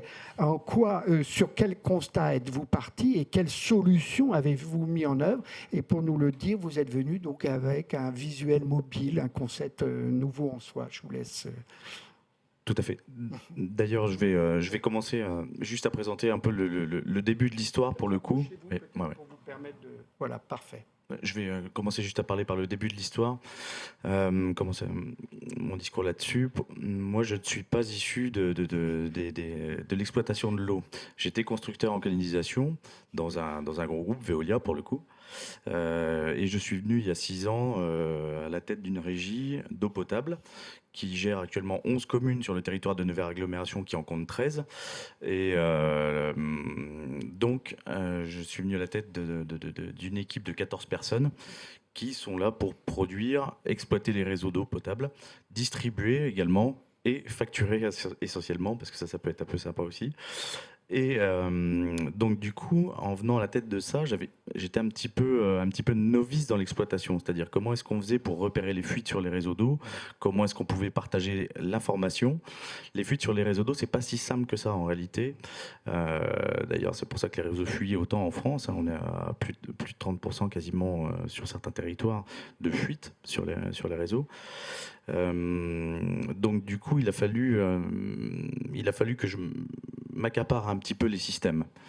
Les systèmes, c'est quoi? C'est simplement des compteurs qui sont disposés sur l'intégralité du réseau. Là, sur les 11 communes de Nevers Agglomération, ça représente, je vais parler en termes d'abonnés, en nombre d'abonnés. Donc il y a 12 500 abonnés, donc 12 500 compteurs qui sont sur le territoire pour comptabiliser l'eau et le facturer par la suite. Et sur le réseau d'eau, lui, pour aller distribuer cette eau depuis les châteaux d'eau, il y a 400 km de réseau. 400 km de réseau à surveiller, c'est pas rien. Donc du coup, on a disposé dessus des compteurs d'eau. Donc ça, c'était des stratégies en fait, hein, pour essayer de voir où sont les plus grosses fuites, les plus grosses pertes, et ainsi de suite. Et pour qu'on puisse contrôler ces compteurs, pour qu'on puisse contrôler les flux d'eau dans les différents tuyaux, il faut qu'on remonte des données. Donc moi, je suis vraiment à la dernière brique de tout ça. C'est pour le coup, comment est-ce qu'on fait pour analyser ces données? Comment est-ce qu'on fait pour les imager? Habituellement, les images, c'est pour ça que je passe pas le film tout de suite, on les image par j'en parlais tout à l'heure, avant le début de la séance, on les image par des tableurs Excel qui sont générés par des macros, et puis en général, c'est un bonhomme dans l'équipe qui s'en occupe, parce que je suis à la tête d'une petite régie, que 14 personnes, mais quand même qui représente un bon nombre de syndicats en France. Et une fois que la personne n'est pas là, enfin, quand la personne n'est pas là, ça arrive, on a des congés aussi. Il ne faut pas qu'il y ait de fuite. Il ne faut pas qu'il y ait de fuite. Donc ça commence à devenir un peu compliqué. Les réseaux s'arrêtent jamais de fuir. Donc du coup, il fallait trouver quelque chose. Et moi, le fait de ne pas savoir, le fait de ne pas connaître, juste pour donner un ordre d'idée, sur les 400 km de canalisation, on a disposé 100 compteurs qui nous permettent d'analyser un peu le flux sur les canaux. Sans compteur, si on veut être vraiment pro au niveau de l'analyse de données, on retient environ 4 données par compteur. Sachant qu'un compteur peut aller dans un sens, peut aller dans l'autre aussi, si le flux d'eau retourne dans l'autre sens. Donc on arrive tout de suite à 500, 600 informations pertinentes pour savoir où se trouvent les fuites sur le secteur. Donc c'est là en fait qu'il a fallu agir, parce que les tableurs Excel ne suffisaient plus. Il suffisait que le tableur Excel tombe en panne. Les macros, pour ceux qui en font, ça peut vite devenir compliqué quand elles sont en panne, surtout si ce n'est pas vous qui les avez fait créer. Donc du coup, j'ai essayé d'imager un petit peu ça. Hop là. Alors, la croix mérite un mot d'explication. La croix, ça va mériter tout de suite un mot d'explication, je vais vous expliquer. Hop. La croix, en fait. Pourquoi la croix? C'est parce que j'avais commencé à développer moi-même mes tableaux de bord. Je vais citer un produit Microsoft, un Power BI pour le coup, qui vient taper dans les bases de données SQL sans être trop technique. Donc là, j'avais commencé à établir les premiers tableaux de bord avec Power BI. J'ai commencé à en parler un petit peu à mon commercial, la croix, qui vendait les produits qui me permettaient de répatrier les données au sein de notre régie. Et là, ça les a chagrinés un petit peu. Donc ils sont venus s'associer à moi, ils m'ont dit on a un lab et tout, on va essayer de faire quelque chose ensemble. Et tu sembles développer quelque chose qui serait intéressant de colporter ailleurs. Donc je dis pourquoi pas, parce que moi je suis venu dans le service public aussi par conviction, pas pour le salaire, hein. mais par conviction principalement. Et puis j'avais besoin de me rapprocher de chez moi aussi. Et j'avais besoin donc là, la Croix, ils m'ont dit ok, on va faire quelque chose. Donc on avait quand même mis en place une stratégie qui était quand même un peu carrée quand même à Nevers Agglo. On avait répertorié l'intégralité de nos réseaux, donc de la régie et de la partie en délégation de service public, donc en classe A, donc précisément, c'est-à-dire à moins de 25 cm près dans les trois axes. Donc ça, il fallait les cartographier, donc on les a relevés tous, un par un. Derrière, j'ai demandé un travail énorme à mes gars, pour le coup, pour essayer de modéliser un petit peu des secteurs. Donc là, on va parler, vous voyez, il y a des grosses patates sur cette carte de Nevers Agglomération. Il y en a une qui n'est pas sectorisée du tout, c'est parce qu'on ne s'occupe pas de ce territoire-là, on fait que vendre de l'eau tout en bas au sud-est. Donc là, ça représente un secteur, on va dire, et donc mes gars, en fait, ont découpé tout Nevers Agglomération en fonction des compteurs qui étaient disposés sur les réseaux. Et j'ai voulu rendre ça un petit peu ludique, donc ça, c'est des couches SIG, de système d'information géographique. J'ai voulu lui rendre ça un petit peu plus ludique, de façon à pouvoir imager et vulgariser la donnée et la rendre exploitable au plus grand nombre. C'est-à-dire que quand les gars, quand ils arrivent le matin dans la régie, ils voient le grand écran, tout de suite, ils visualisent en rouge. Fatalement, il doit y avoir quelque chose qui ne va pas. Et en vert, bon, ça a l'air de bien se passer. C'est pas que ça. Donc là, voilà, on peut faire des focus. Alors, on va essayer de passer un tout petit poil. Voilà, on peut faire des focus sur les différents secteurs. Essayer de visualiser simplement des communes. Si on a besoin de répertorier des choses. On peut, en fait, c'est simplement pour essayer d'analyser un petit peu plus finement, voir un petit peu les historiques de consommation, et ainsi de suite, ainsi de suite. Donc ça, c'était les rendements que nous avions l'année dernière aussi, 87% de rendement sur les réseaux. C'est aussi, comment dire, le produit d'efforts, enfin la somme des efforts cumulés de tout Nevers Agglomération. Donc voilà, il y a plusieurs visuels qui vous permettent de voir tout de suite, en instantané, ce qui se passe sur le réseau ou pas. Et voilà, là on arrive vraiment au cœur des données et on arrive vraiment sur l'intelligence artificielle, parce que c'est pas nous qui colorions toutes les patates, si vous voulez, tous les îlots. C'est l'intelligence artificielle. Elle les colorie comment, en fait? En repérant des anomalies relevées par les capteurs, donc relevées par toutes les informations. Elle les repère et après elle hiérarchise les anomalies. Les anomalies, elles peuvent être de plusieurs types. Il peut y avoir des anomalies liées aux fuites, liées à des problèmes d'exploitation, c'est-à-dire des ouvertures de poteaux incendie pour faire des purges, ainsi de suite, ainsi de suite. Donc nous, on essaye de renseigner tout ça. Il peut y avoir aussi des anomalies de capteurs, parce que les capteurs sont reliés, enfin, nous renvoient les informations par les réseaux GSM, donc fatalement, des fois il y a des pertes, il y a des capteurs qui tombent en panne aussi. Ça nous permet aussi de voir si le capteur est en panne pour le coup, parce que des fois, quand vous arrivez, vous passez dans certains syndicats, oui, le capteur fonctionne pas, mais depuis combien de temps? Ça fait longtemps qu'il fonctionne pas apparemment. Donc là, le but du jeu, c'était un petit peu de donner un peu de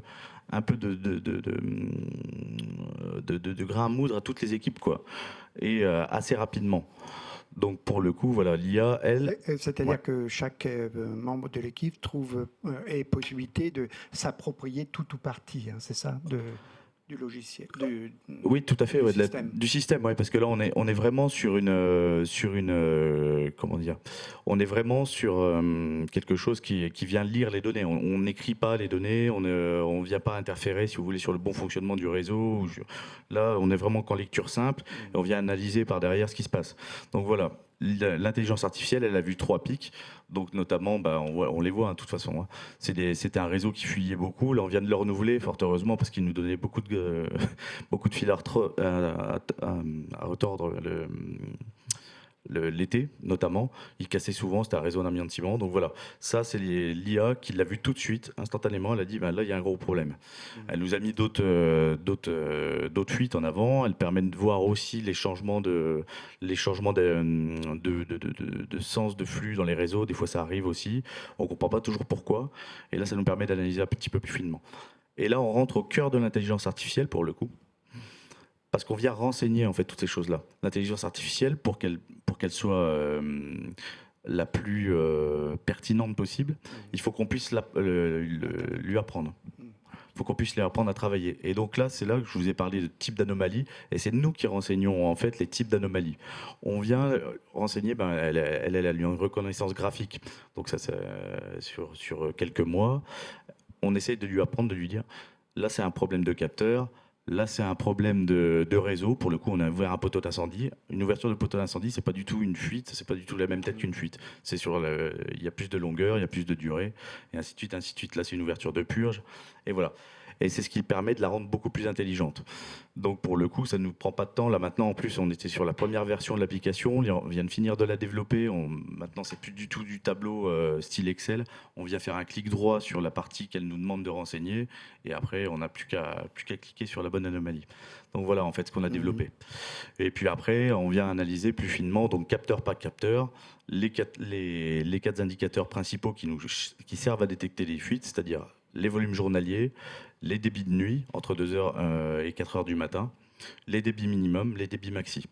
Donc voilà, et en corroborant en fait toutes ces données-là, on sait que c'est une fuite, on sait que c'est ceci, cela. Voilà, on type les anomalies. Mais alors, peut-être une question, on prendra des réactions, y compris à la tribune, c'est que en rendant plus intelligente encore cette intelligence artificielle, pour autant, vous ne vous passez pas de VUGA, pour reprendre votre expression, c'est-à-dire que le processus s'accompagne d'une montée en qualification du personnel. Donc il n'y a pas substitution de l'intelligence artificielle à l'intelligence proprement humaine, la capacité d'interprétation. Non, pas du tout. Ouais. Alors, méga, pour le coup, c'est pas du tout réducteur. Je suis assez un papa, pour le coup. Oui. Je viens du monde du TP. J'ai eu l'habitude de travailler comme on ça l'a avec pris méga. comme ça. Voilà, donc, mais pour le coup, ouais, méga, c'est parce qu'ils me tiennent à cœur, réellement. Mais pour le coup, oui, non, il n'y a pas de substitution de l'être humain. Et au contraire, je dirais, je pense qu'on a gagné un petit peu le pari. C'est-à-dire que déjà, c'est beaucoup plus visuel qu'un tableur Excel. C'est beaucoup plus vivant. On arrive à faire beaucoup plus de choses. Et donc, tout le monde veut se l'accaparer, finalement. On rentre dans le bureau, on voit l'écran, on dit on va regarder un petit peu ce qui s'est passé hier, ce matin, et on commence à vraiment à monter en compétence, quoi, tout doucement. Et d'une analyse qui prenait 2 heures à un seul gars tous les matins, si vous voulez le faire finement, et là maintenant on arrive à y passer un quart d'heure, on a passé en revue les 500 indicateurs, on est tranquille. Il y a 2 autres intervenants à entendre, on va vous entendre, mais il y a encore une question que j'adresse peut-être aux représentants des autres territoires, c'est comment se fait-il qu'on ait attendu que M. Pacamiciou se saisisse voilà, je vous vois dodoliner, vous nous direz pourquoi, mais comment rassurez-nous d'autres territoires, Monsieur Clerc, qu'on doit encore entendre. Oui, je pense que là-dessus, les territoires ont chacun les approches informatiques ou numériques en rapport en fait de leurs concitoyens. Donc ce type d'outil, oui, ça a été mis en œuvre aussi, ça a été développé en PACA, ça a été développé en Occitanie, plutôt dans des approches, on va dire, patrimoniales. Et après, la partie intelligence artificielle, tout dépend de l'historique, puisque ce qui fait sa force, c'est la réalité de la base de données. Et donc là-dessus, on a des outils qui sont d'autant plus pertinents qu'on a 10, 20 ans de données. Et aujourd'hui, les outils les plus astucieux d'un point de vue numérique mathématique, c'est ceux qui effectivement matchent des données de ce type terrain avec des données plutôt patrimoniales, c'est-à-dire quel est l'historique des canalisations, comment ça a été réparé, comment ça a été posé, quels sont les mouvements de sol. Donc c'est des bases de données beaucoup plus complexes en fait. Fabrice ? Alors malgré tout, oui, sans vouloir défendre le bout de gras sur le truc, il y a quand même des choses qui avaient été faites en back-office avant. On a quand même analysé 5 ans de production, de flux, parce que je remontais en base de données à environ 5 ans en arrière. Donc on a quand même regardé un peu ce qui nous paraissait être les points zéro pour caler l'intelligence artificielle, pour caler le schéma, si vous voulez, initial, le schéma idyllique, on va dire, là où il n'y a pas de fuite. Parce que oui, elle apprend, certes, mais si on ne lui dit pas ce qu'elle apprend, ce qu'elle doit comparer, c'est compliqué. Et en plus de ça, on a fait un gros travail aussi sur les habitudes de consommation de nos abonnés. Donc là, il fallait avoir une base de données propre aussi au niveau de nos abonnés. Donc ça, c'est plus le boulot de ma collaboratrice qui est là aujourd'hui, qui avait fait un boulot sensationnel pour rafraîchir la base de données abonnés, avoir des données uniformes et ainsi de suite. C'est pas si simple en fait quand vous êtes dans des syndicats qui sont beaucoup plus petits ou des régies beaucoup plus petites que des grosses machines. Pour le coup, on dispose pas de pléthore de matériel et de pléthore de moyens pour le coup. Et là, faut travailler en amont. Habitude de consommation, bah oui, ça nous permet de savoir. Bah là, il y a de la temporalité, il y a quelque chose qui se fait. Nous, on n'a pas beaucoup de tourisme chez nous. Par contre, on a beaucoup de jardins, beaucoup de piscines. Et voilà, on voit que les consommations remontent et c'est cyclique de toute façon. Et on arrive toujours dans les mêmes habitudes. Donc c'est comme ça aussi qu'on a créé l'intelligence artificielle. Ce que j'ai apprécié dans votre témoignage, c'est, j'ose le dire ainsi, l'esprit start-up, au sens où le start-upper, c'est celui qui sait, n'est-ce pas, monsieur Demecq, qu'on va entendre d'ici peu, qui sait, à défaut d'avoir l'expertise, de s'entourer des bonnes personnes pour développer une solution. Et vous avez été dans cette démarche, car il y a encore quelques années, vous ignoriez tout de l'intelligence artificielle. Ah, clairement, ouais, j'ignorais tout ça. Et puis pour le coup, là, c'est là que la Croix m'a apporté ses data scientists. Et puis on a travaillé ensemble et ça m'a fait aussi grandir en compétences, quoi. Donc c'est un partage intéressant pour le coup. Passionnant. Est-ce qu'on fait de la place à Sébastien Demecq? On peut en faire ici, si vous voulez. Allez, je vais céder le siège sur lequel j'entrepose mes anti-sèches. Alors, Sébastien, restez avec nous, hein, vous revenez, Fabrice. Sébastien Demecq, d'une certaine façon, vous représentez un territoire, Marseille, mais bien d'autres territoires, on va comprendre pourquoi. Et vous représentez également un monde, c'est le monde des start-upers. Il fallait bien leur faire un peu une place, parce que ce sont de nouveaux entrants, hein, dans ce monde de l'eau, de gestion de l'eau. Alors, vous êtes start-upper, vous avez co-créé, hein, c'est bien ça, Telaqua, la bien nommée Telaqua. Telaqua, oh, cher, stopilo. Telaqua, et Telaqua, Kezako. Alors Telaqua, on a une vraie start-up, on a été créé il y a 5 ans, on est 3 cofondateurs, mon associé est franco-chilien, son père gère 10 000 hectares au Chili, donc on est déjà à l'international, voilà. Alors qu'on n'a même pas 5 ans, on fait même pas 1 million d'euros de chiffre d'affaires. On n'est toujours pas rentable, donc on est vraiment la start-up nation pure et dure. On était à Vivatech hier soir avec la French Tech, voilà. On est financé par contre par la Caisse des dépôts et Abonne des territoires qui a cru en nous. Et on va se pencher sur le problème de l'eau agricole. 70% de l'eau dans le monde est utilisée par l'agriculture. Il y a une étude qui est sortie il n'y a pas longtemps de chercheurs européens, 35% de cette eau est perdue. Et c'est ce qu'on a eu comme besoin chilien, et principalement par des fuites d'eau. Donc en fait, on a à peu près le même logiciel, mais nous sur de l'irrigation. Et la deuxième, et 20% quand même qui sont sur des irrigations qui ne sont pas pertinentes. Ça veut dire qu'ils ont amené trop d'eau. Alors soit c'est par erreur, soit c'est par plein d'autres choses, soit c'est par méconnaissance. Et donc on s'est mis comme mission d'accompagner ces agriculteurs pour réduire leur consommation d'eau, en préservant leur rendement. Aujourd'hui, on voit qu'avec une meilleure irrigation, parfois on augmente ce rendement. Maintenant, on fait de la fertigation, donc on envoie des intrants dans l'irrigation, donc on réduit aussi cet impact environnemental.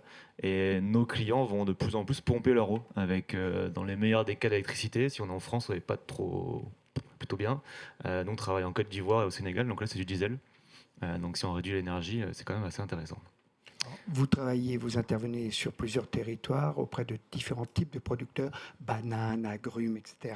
Mais avec donc une solution qui prétend être universelle, c'est bien ça? Tout à fait. Nous, on se connecte sur n'importe quel système d'irrigation, de la pompe jusqu'au goûteur, on va dire, avec des objets connectés qu'on développe.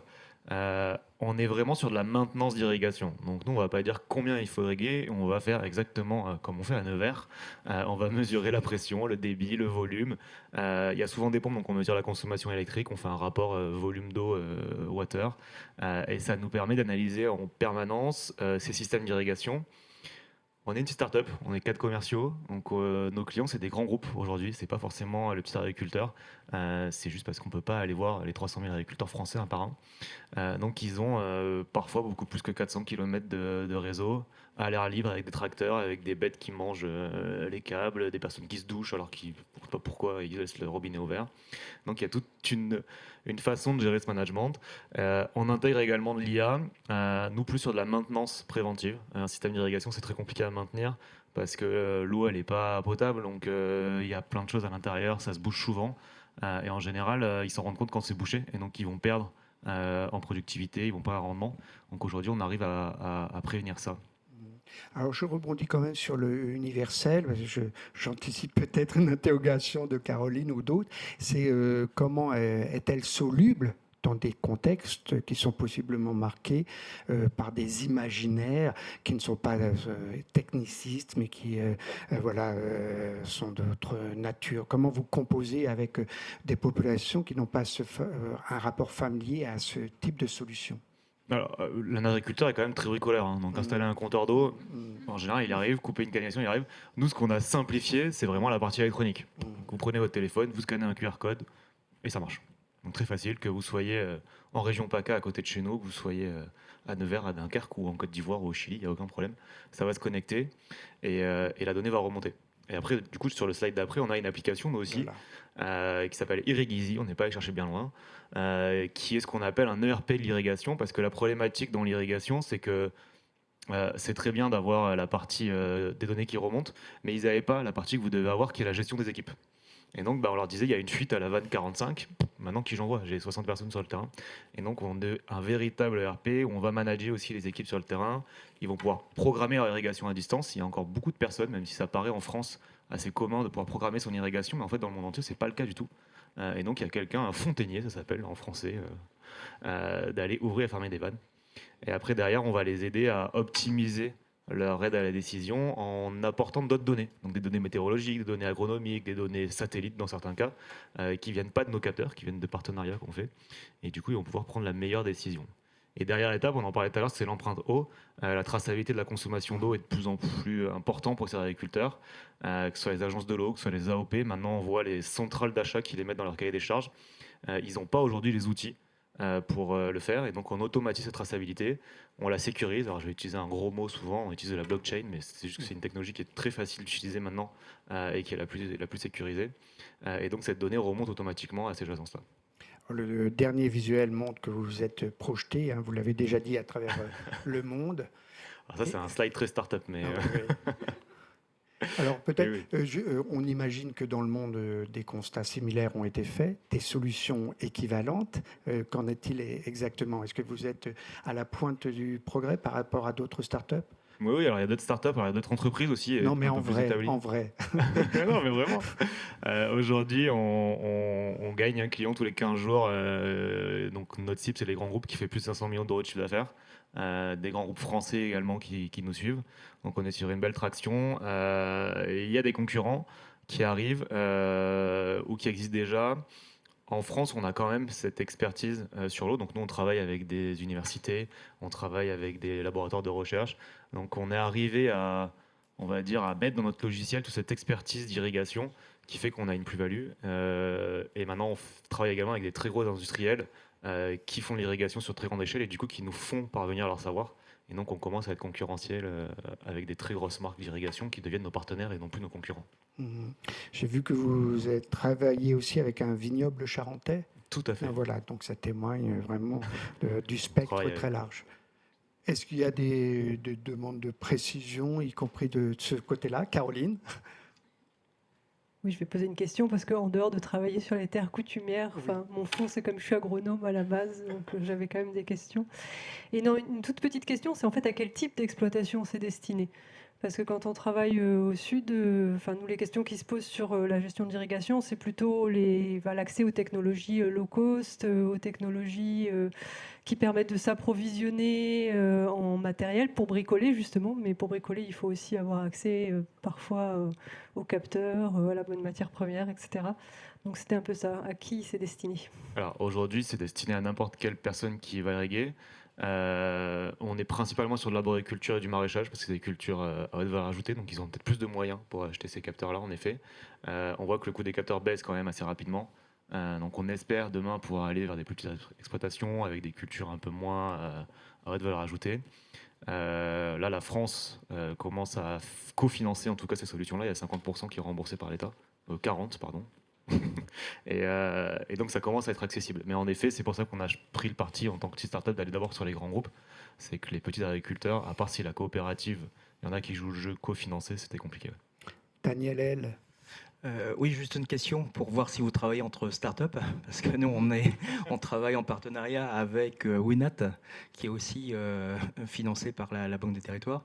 Du coup, c'est un de vos partenaires, j'imagine, par rapport aux sondes capacitives pour mesurer en fait l'unité des sols. Exactement, on a même dans ce cas-là, alors c'est un bon exemple que je n'ai même pas cité, on travaille avec Winat, son fournisseur de sondes capacité qui est HSTI, qui est quelqu'un qui a 2 km de chez nous, et avec la compagnie des amandes qui relance donc la filière amande en France, et on a un ESMAG derrière qui va gérer la traçabilité, qui est une filiale d'Invivo, et on a un projet à 5 de complètement digitaliser de A à Z l'irrigation sur l'amande française pour la rendre beaucoup plus économe en énergie et en eau que l'amande américaine.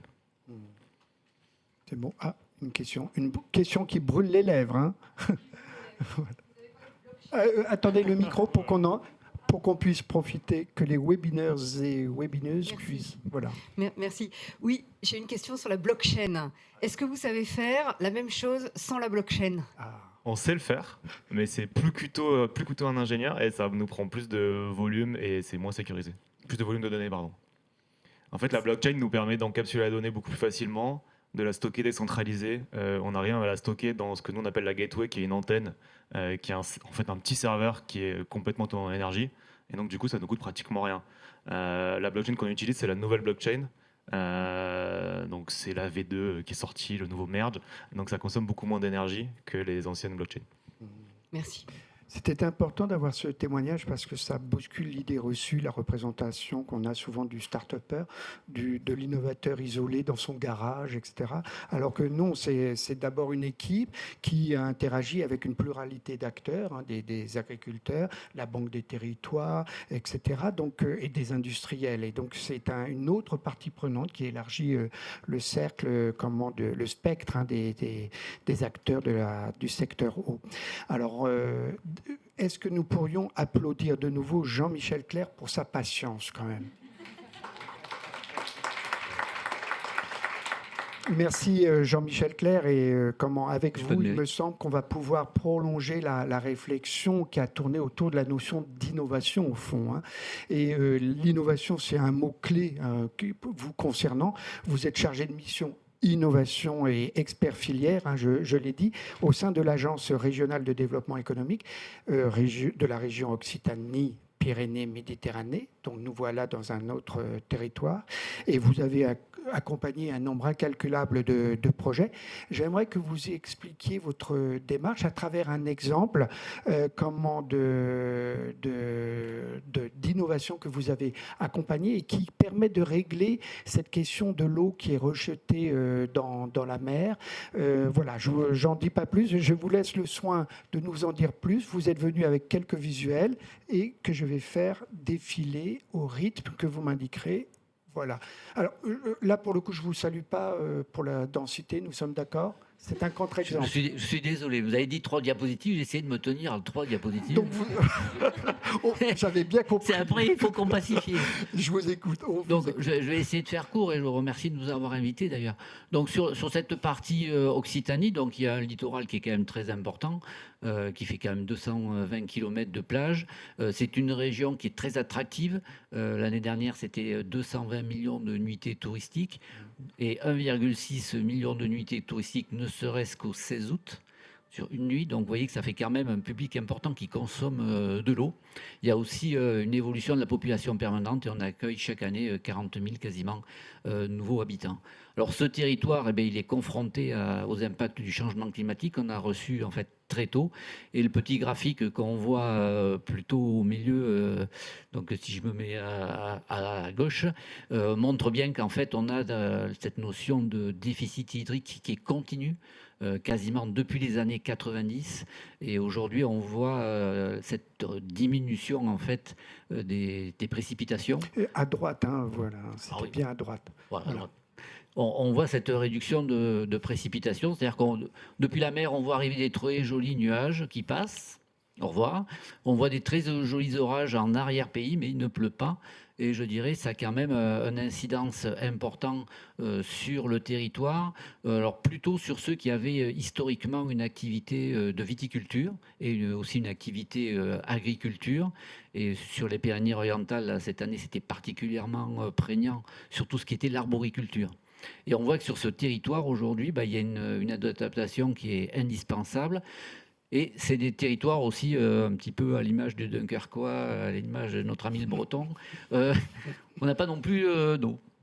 D'où la nécessité de mobiliser des ressources non conventionnelles.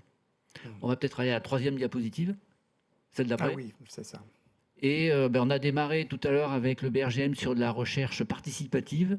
Nous, on est plutôt sur de la recherche collaborative. Caroline, vous réagirez tout à l'heure. Voilà.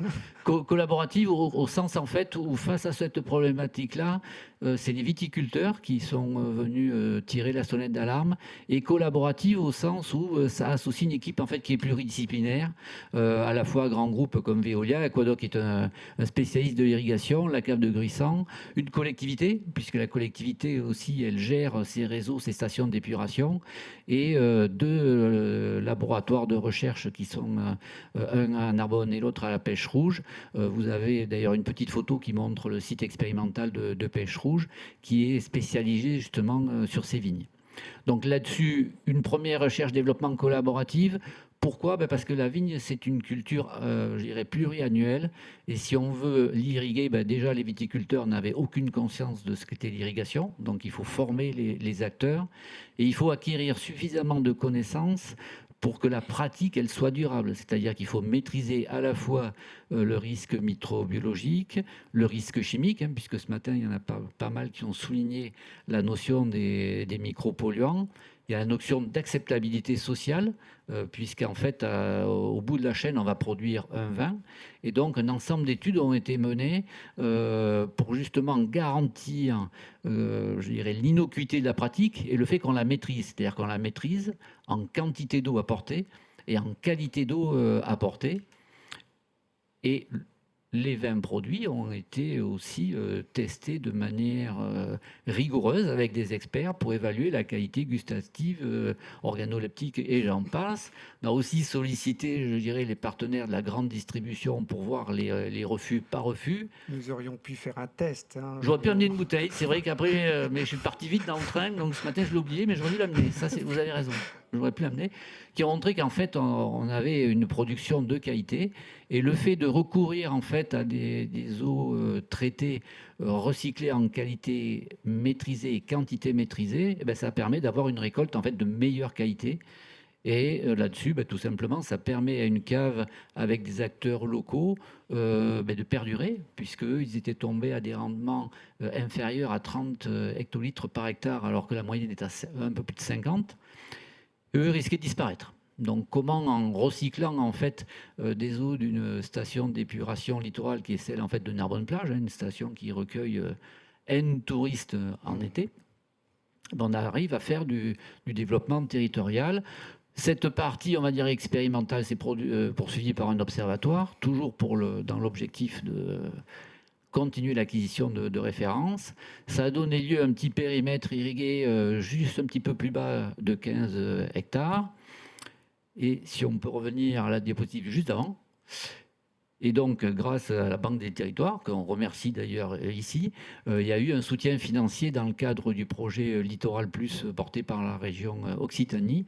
Et ça permet de créer un démonstrateur complet.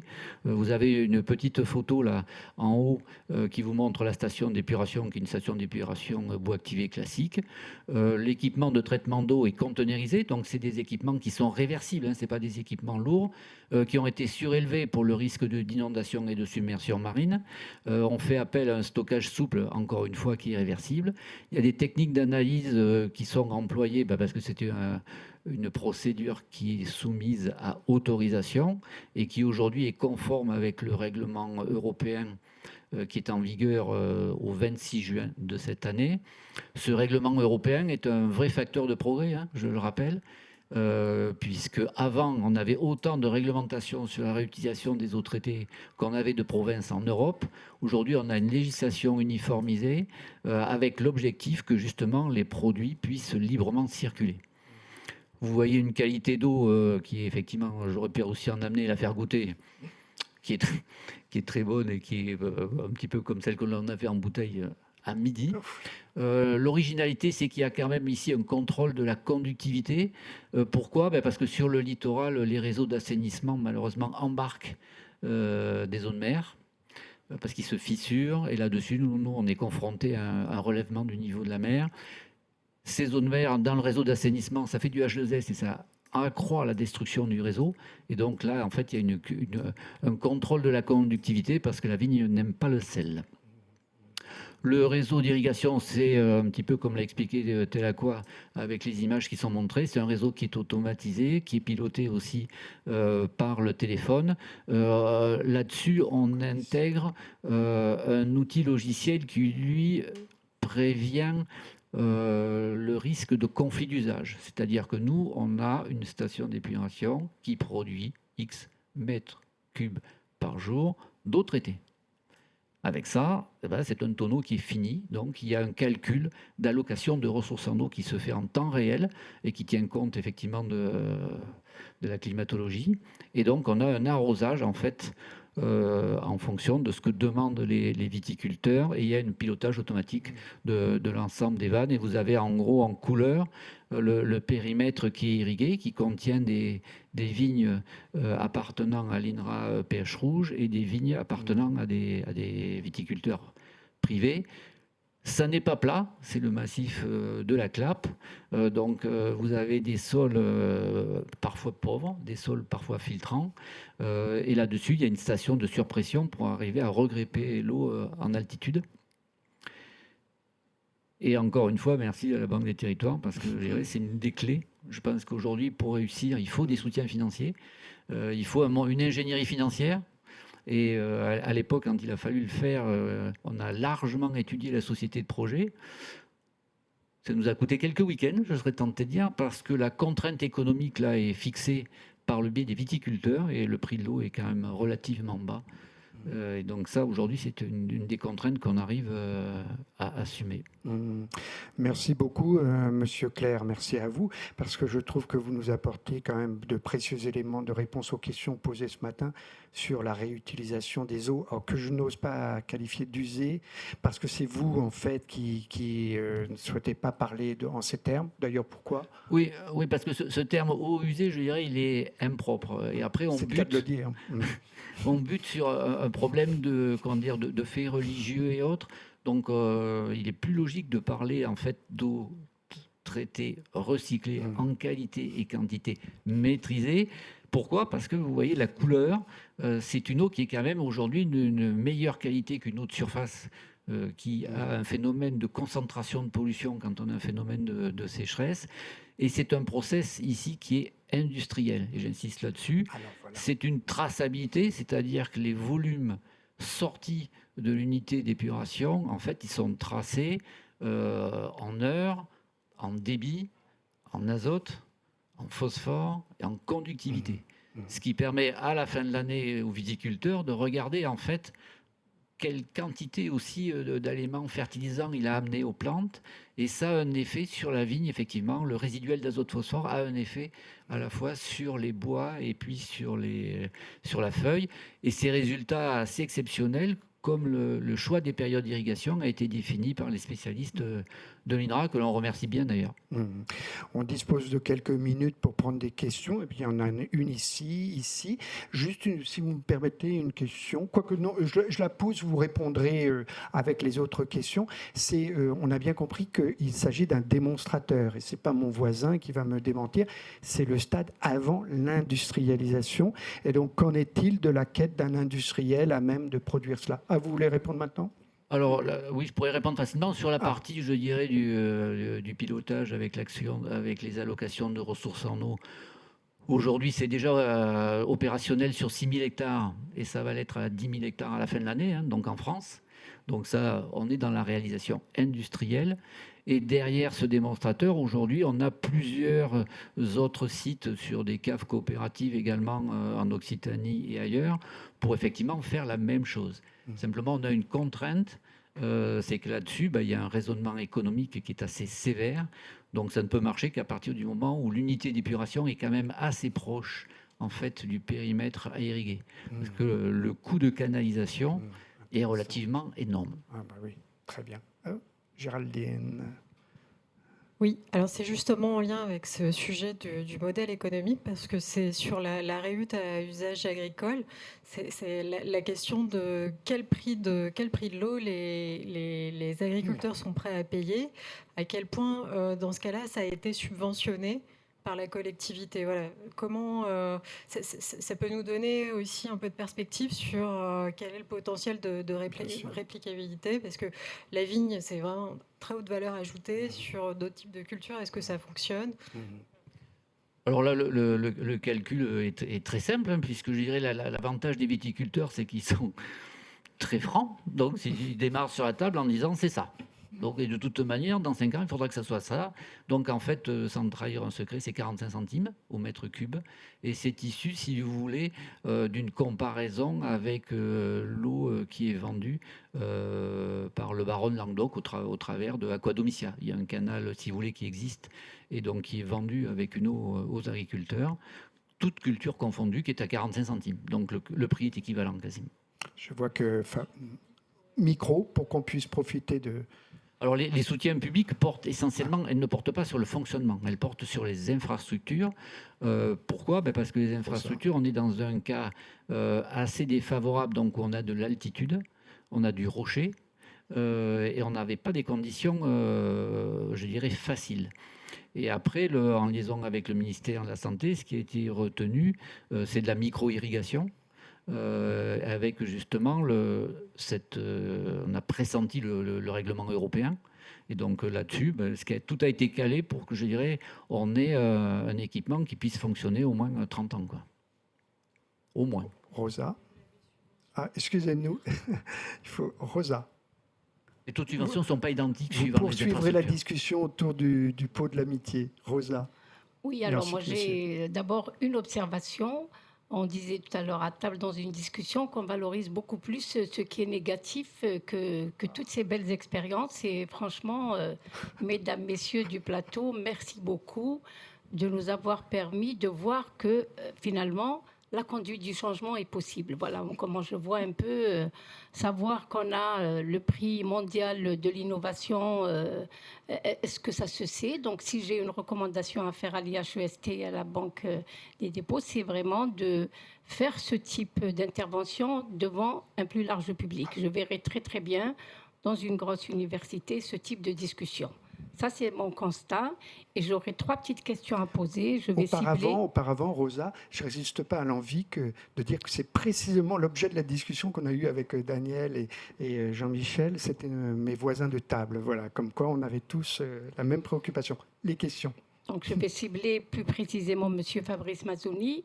Ma première question, je trouve absolument extraordinaire ce qu'ont fait les acteurs dans votre territoire en tant que pionniers, bien avant qu'on commence à parler de toutes ces problématiques de changement climatique. Alors aujourd'hui, est-ce que vous avez une politique, je dis bien volontaire, c'est-à-dire de partage et de transfert, ou est-ce que ça vers d'autres territoires, ou est-ce que ça se fait par affinité, ou est-ce qu'il y a une politique chez vous de dire on a capitalisé, on peut partager pour que justement d'autres territoires aillent plus vite? Ça, c'est ma première question. Ma deuxième question, c'est dans ce processus d'économie circulaire de l'eau dont vous avez parlé, je suppose que vous faites aussi du traitement de l'eau. Quelle est votre politique concernant les déchets? Et enfin, ma troisième question, j'ai écouté un témoignage d'industriel qui disait que pour mener ce type de politique, on manquait beaucoup d'ingénieurs hautement qualifiés. Alors, est-ce que vous confirmez? Moi, personnellement, quand j'entends les startups et tout ce génie qu'on doit valoriser, est-ce qu'on est réellement dans une défaillance de formation d'ingénieurs capables de porter de nouvelles politiques de développement durable, d'environnement, de protection des ressources? Voilà, confirmé ou pas? Voilà mes trois questions. Et merci. Oui, j'attire l'attention sur le fait qu'il est 16h30, c'est l'heure à laquelle nous devrions terminer cette séquence. On va quand même laisser M. Mazzoni répondre aux questions et on prendra également la question de monsieur. On peut la prendre peut-être maintenant, si elle recoupe.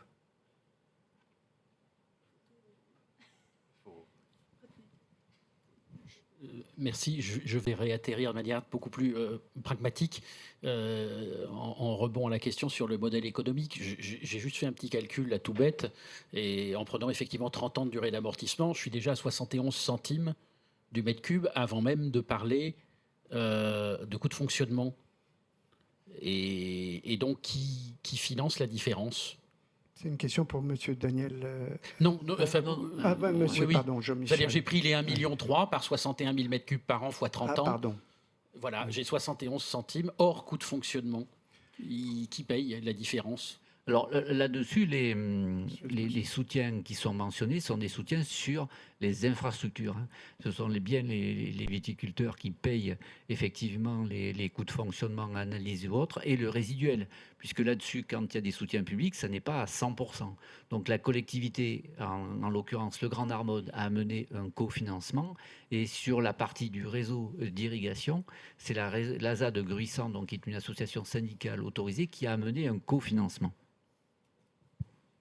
Le 1,3, c'est le montant global. Si vous voulez, les 61 000 mètres cubes par an d'eau traitée, je dirais, c'est un calcul théorique, en fait. Monsieur Mazzoni. Oui, alors très rapidement, comme je l'ai évoqué, le territoire ne dispose pas de ressources en propre en termes d'eau potable. Et donc, le territoire a imaginé très tôt des démarches vertueuses de gestion de l'eau. Donc, ça fait partie de l'ADN du territoire, ce qui explique qu'effectivement, il y a eu cette dynamique engagée de longue date pour la préservation de la ressource et avoir de manière anticipée une gestion intégrée. En termes de partage, oui, le territoire développe le partage pour, vous l'avez compris, pousser à la réplicabilité de ce type d'initiative et de champ des possibles, pousser un peu les frontières de ce qui peut être mis en application. C'est majeur. Pourquoi? Parce qu'aujourd'hui, si on est précurseur sur une thématique, sur un projet, sur un sujet donné, il faut lever un certain nombre d'obstacles. Je ne les ai pas développés, mais vous vous en doutez. Il y a bien sûr le bilan économique de l'action, il y a les leviers juridiques et l'ensemble des partenaires, services de l'État compris, à mobiliser et à convaincre. On a la chance d'être sur un territoire où les acteurs regardent tous dans la même direction et donc ça concourt à cela. Mais oui, on a une démarche de partage et aujourd'hui en est la preuve et on est ouvert à échanger sur cette dynamique toile de l'eau et économie circulaire de l'eau. On a, je l'ai dit, on a été invité à porter cela au niveau international lors de cette conférence ONU et on commence à les bonnes choses, les bonnes pratiques telles que citées, telles que l'ensemble du plateau a présenté, commencent à être diffusées parce que c'est vrai, il y a des outils, il y a des solutions, il y a des choses qui sont appliquées. En termes de déchets de production, non. Dans notre économie circulaire de l'eau, on essaye d'emporter, tout comme on le fait avec la population sur d'autres dynamiques, on veut emporter avec nous les industriels pour les convaincre de mettre en place cette économie circulaire et nous ne pouvons pas nous substituer sur cette d'échange d'eau à l'industriel qui doit traiter ou optimiser son traitement pour ces eaux rejetées. on le guide, on l'accompagne et en tant que collectivité, en tant que financeur public, on met en œuvre les infrastructures et on est facilitateur. Donc on n'aura pas à gérer de déchets, de résidus à caractère industriel en tant que tel. Et enfin, information, je vous rejoins, il y aura demain un changement enfin, on est dans le changement de paradigme, mais demain, il y aura un besoin criant en termes de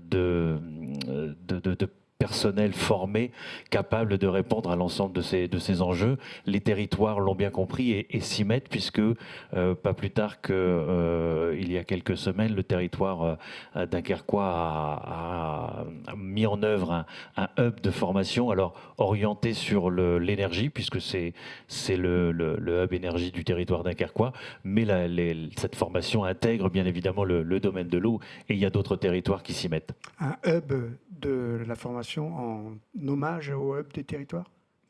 Jean-Michel. Moi, ce que je voudrais répondre, c'est par rapport à madame, c'est qu'il n'y a pas je dirais, de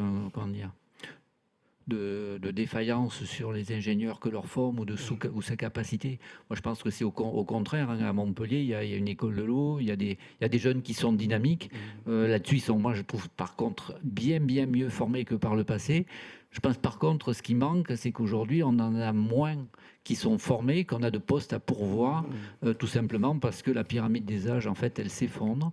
Et que les carrières internationales au Canada, aux USA, sont nettement plus rémunératrices que ce qu'on peut trouver en France. Et donc, on a une fuite continue de jeunes acteurs qui reviennent parfois. Je pense que c'est assez intéressant qu'on termine cette table ronde autour des enjeux de formation et le fait qu'on se tourne vers les prochaines générations. Merci à Rosa d'avoir introduit cette réflexion. Pour clore définitivement, une question à laquelle vous répondez par oui, non, peut-être. Est-ce que cette journée vous a donné envie de prolonger le partage en allant vous visiter les uns les autres, peut-être pas jusqu'en Nouvelle-Calédonie, quoique, pourquoi pas, à Montpellier, voilà. Oui, non, peut-être. Oui. Oui, bien sûr. Parfait.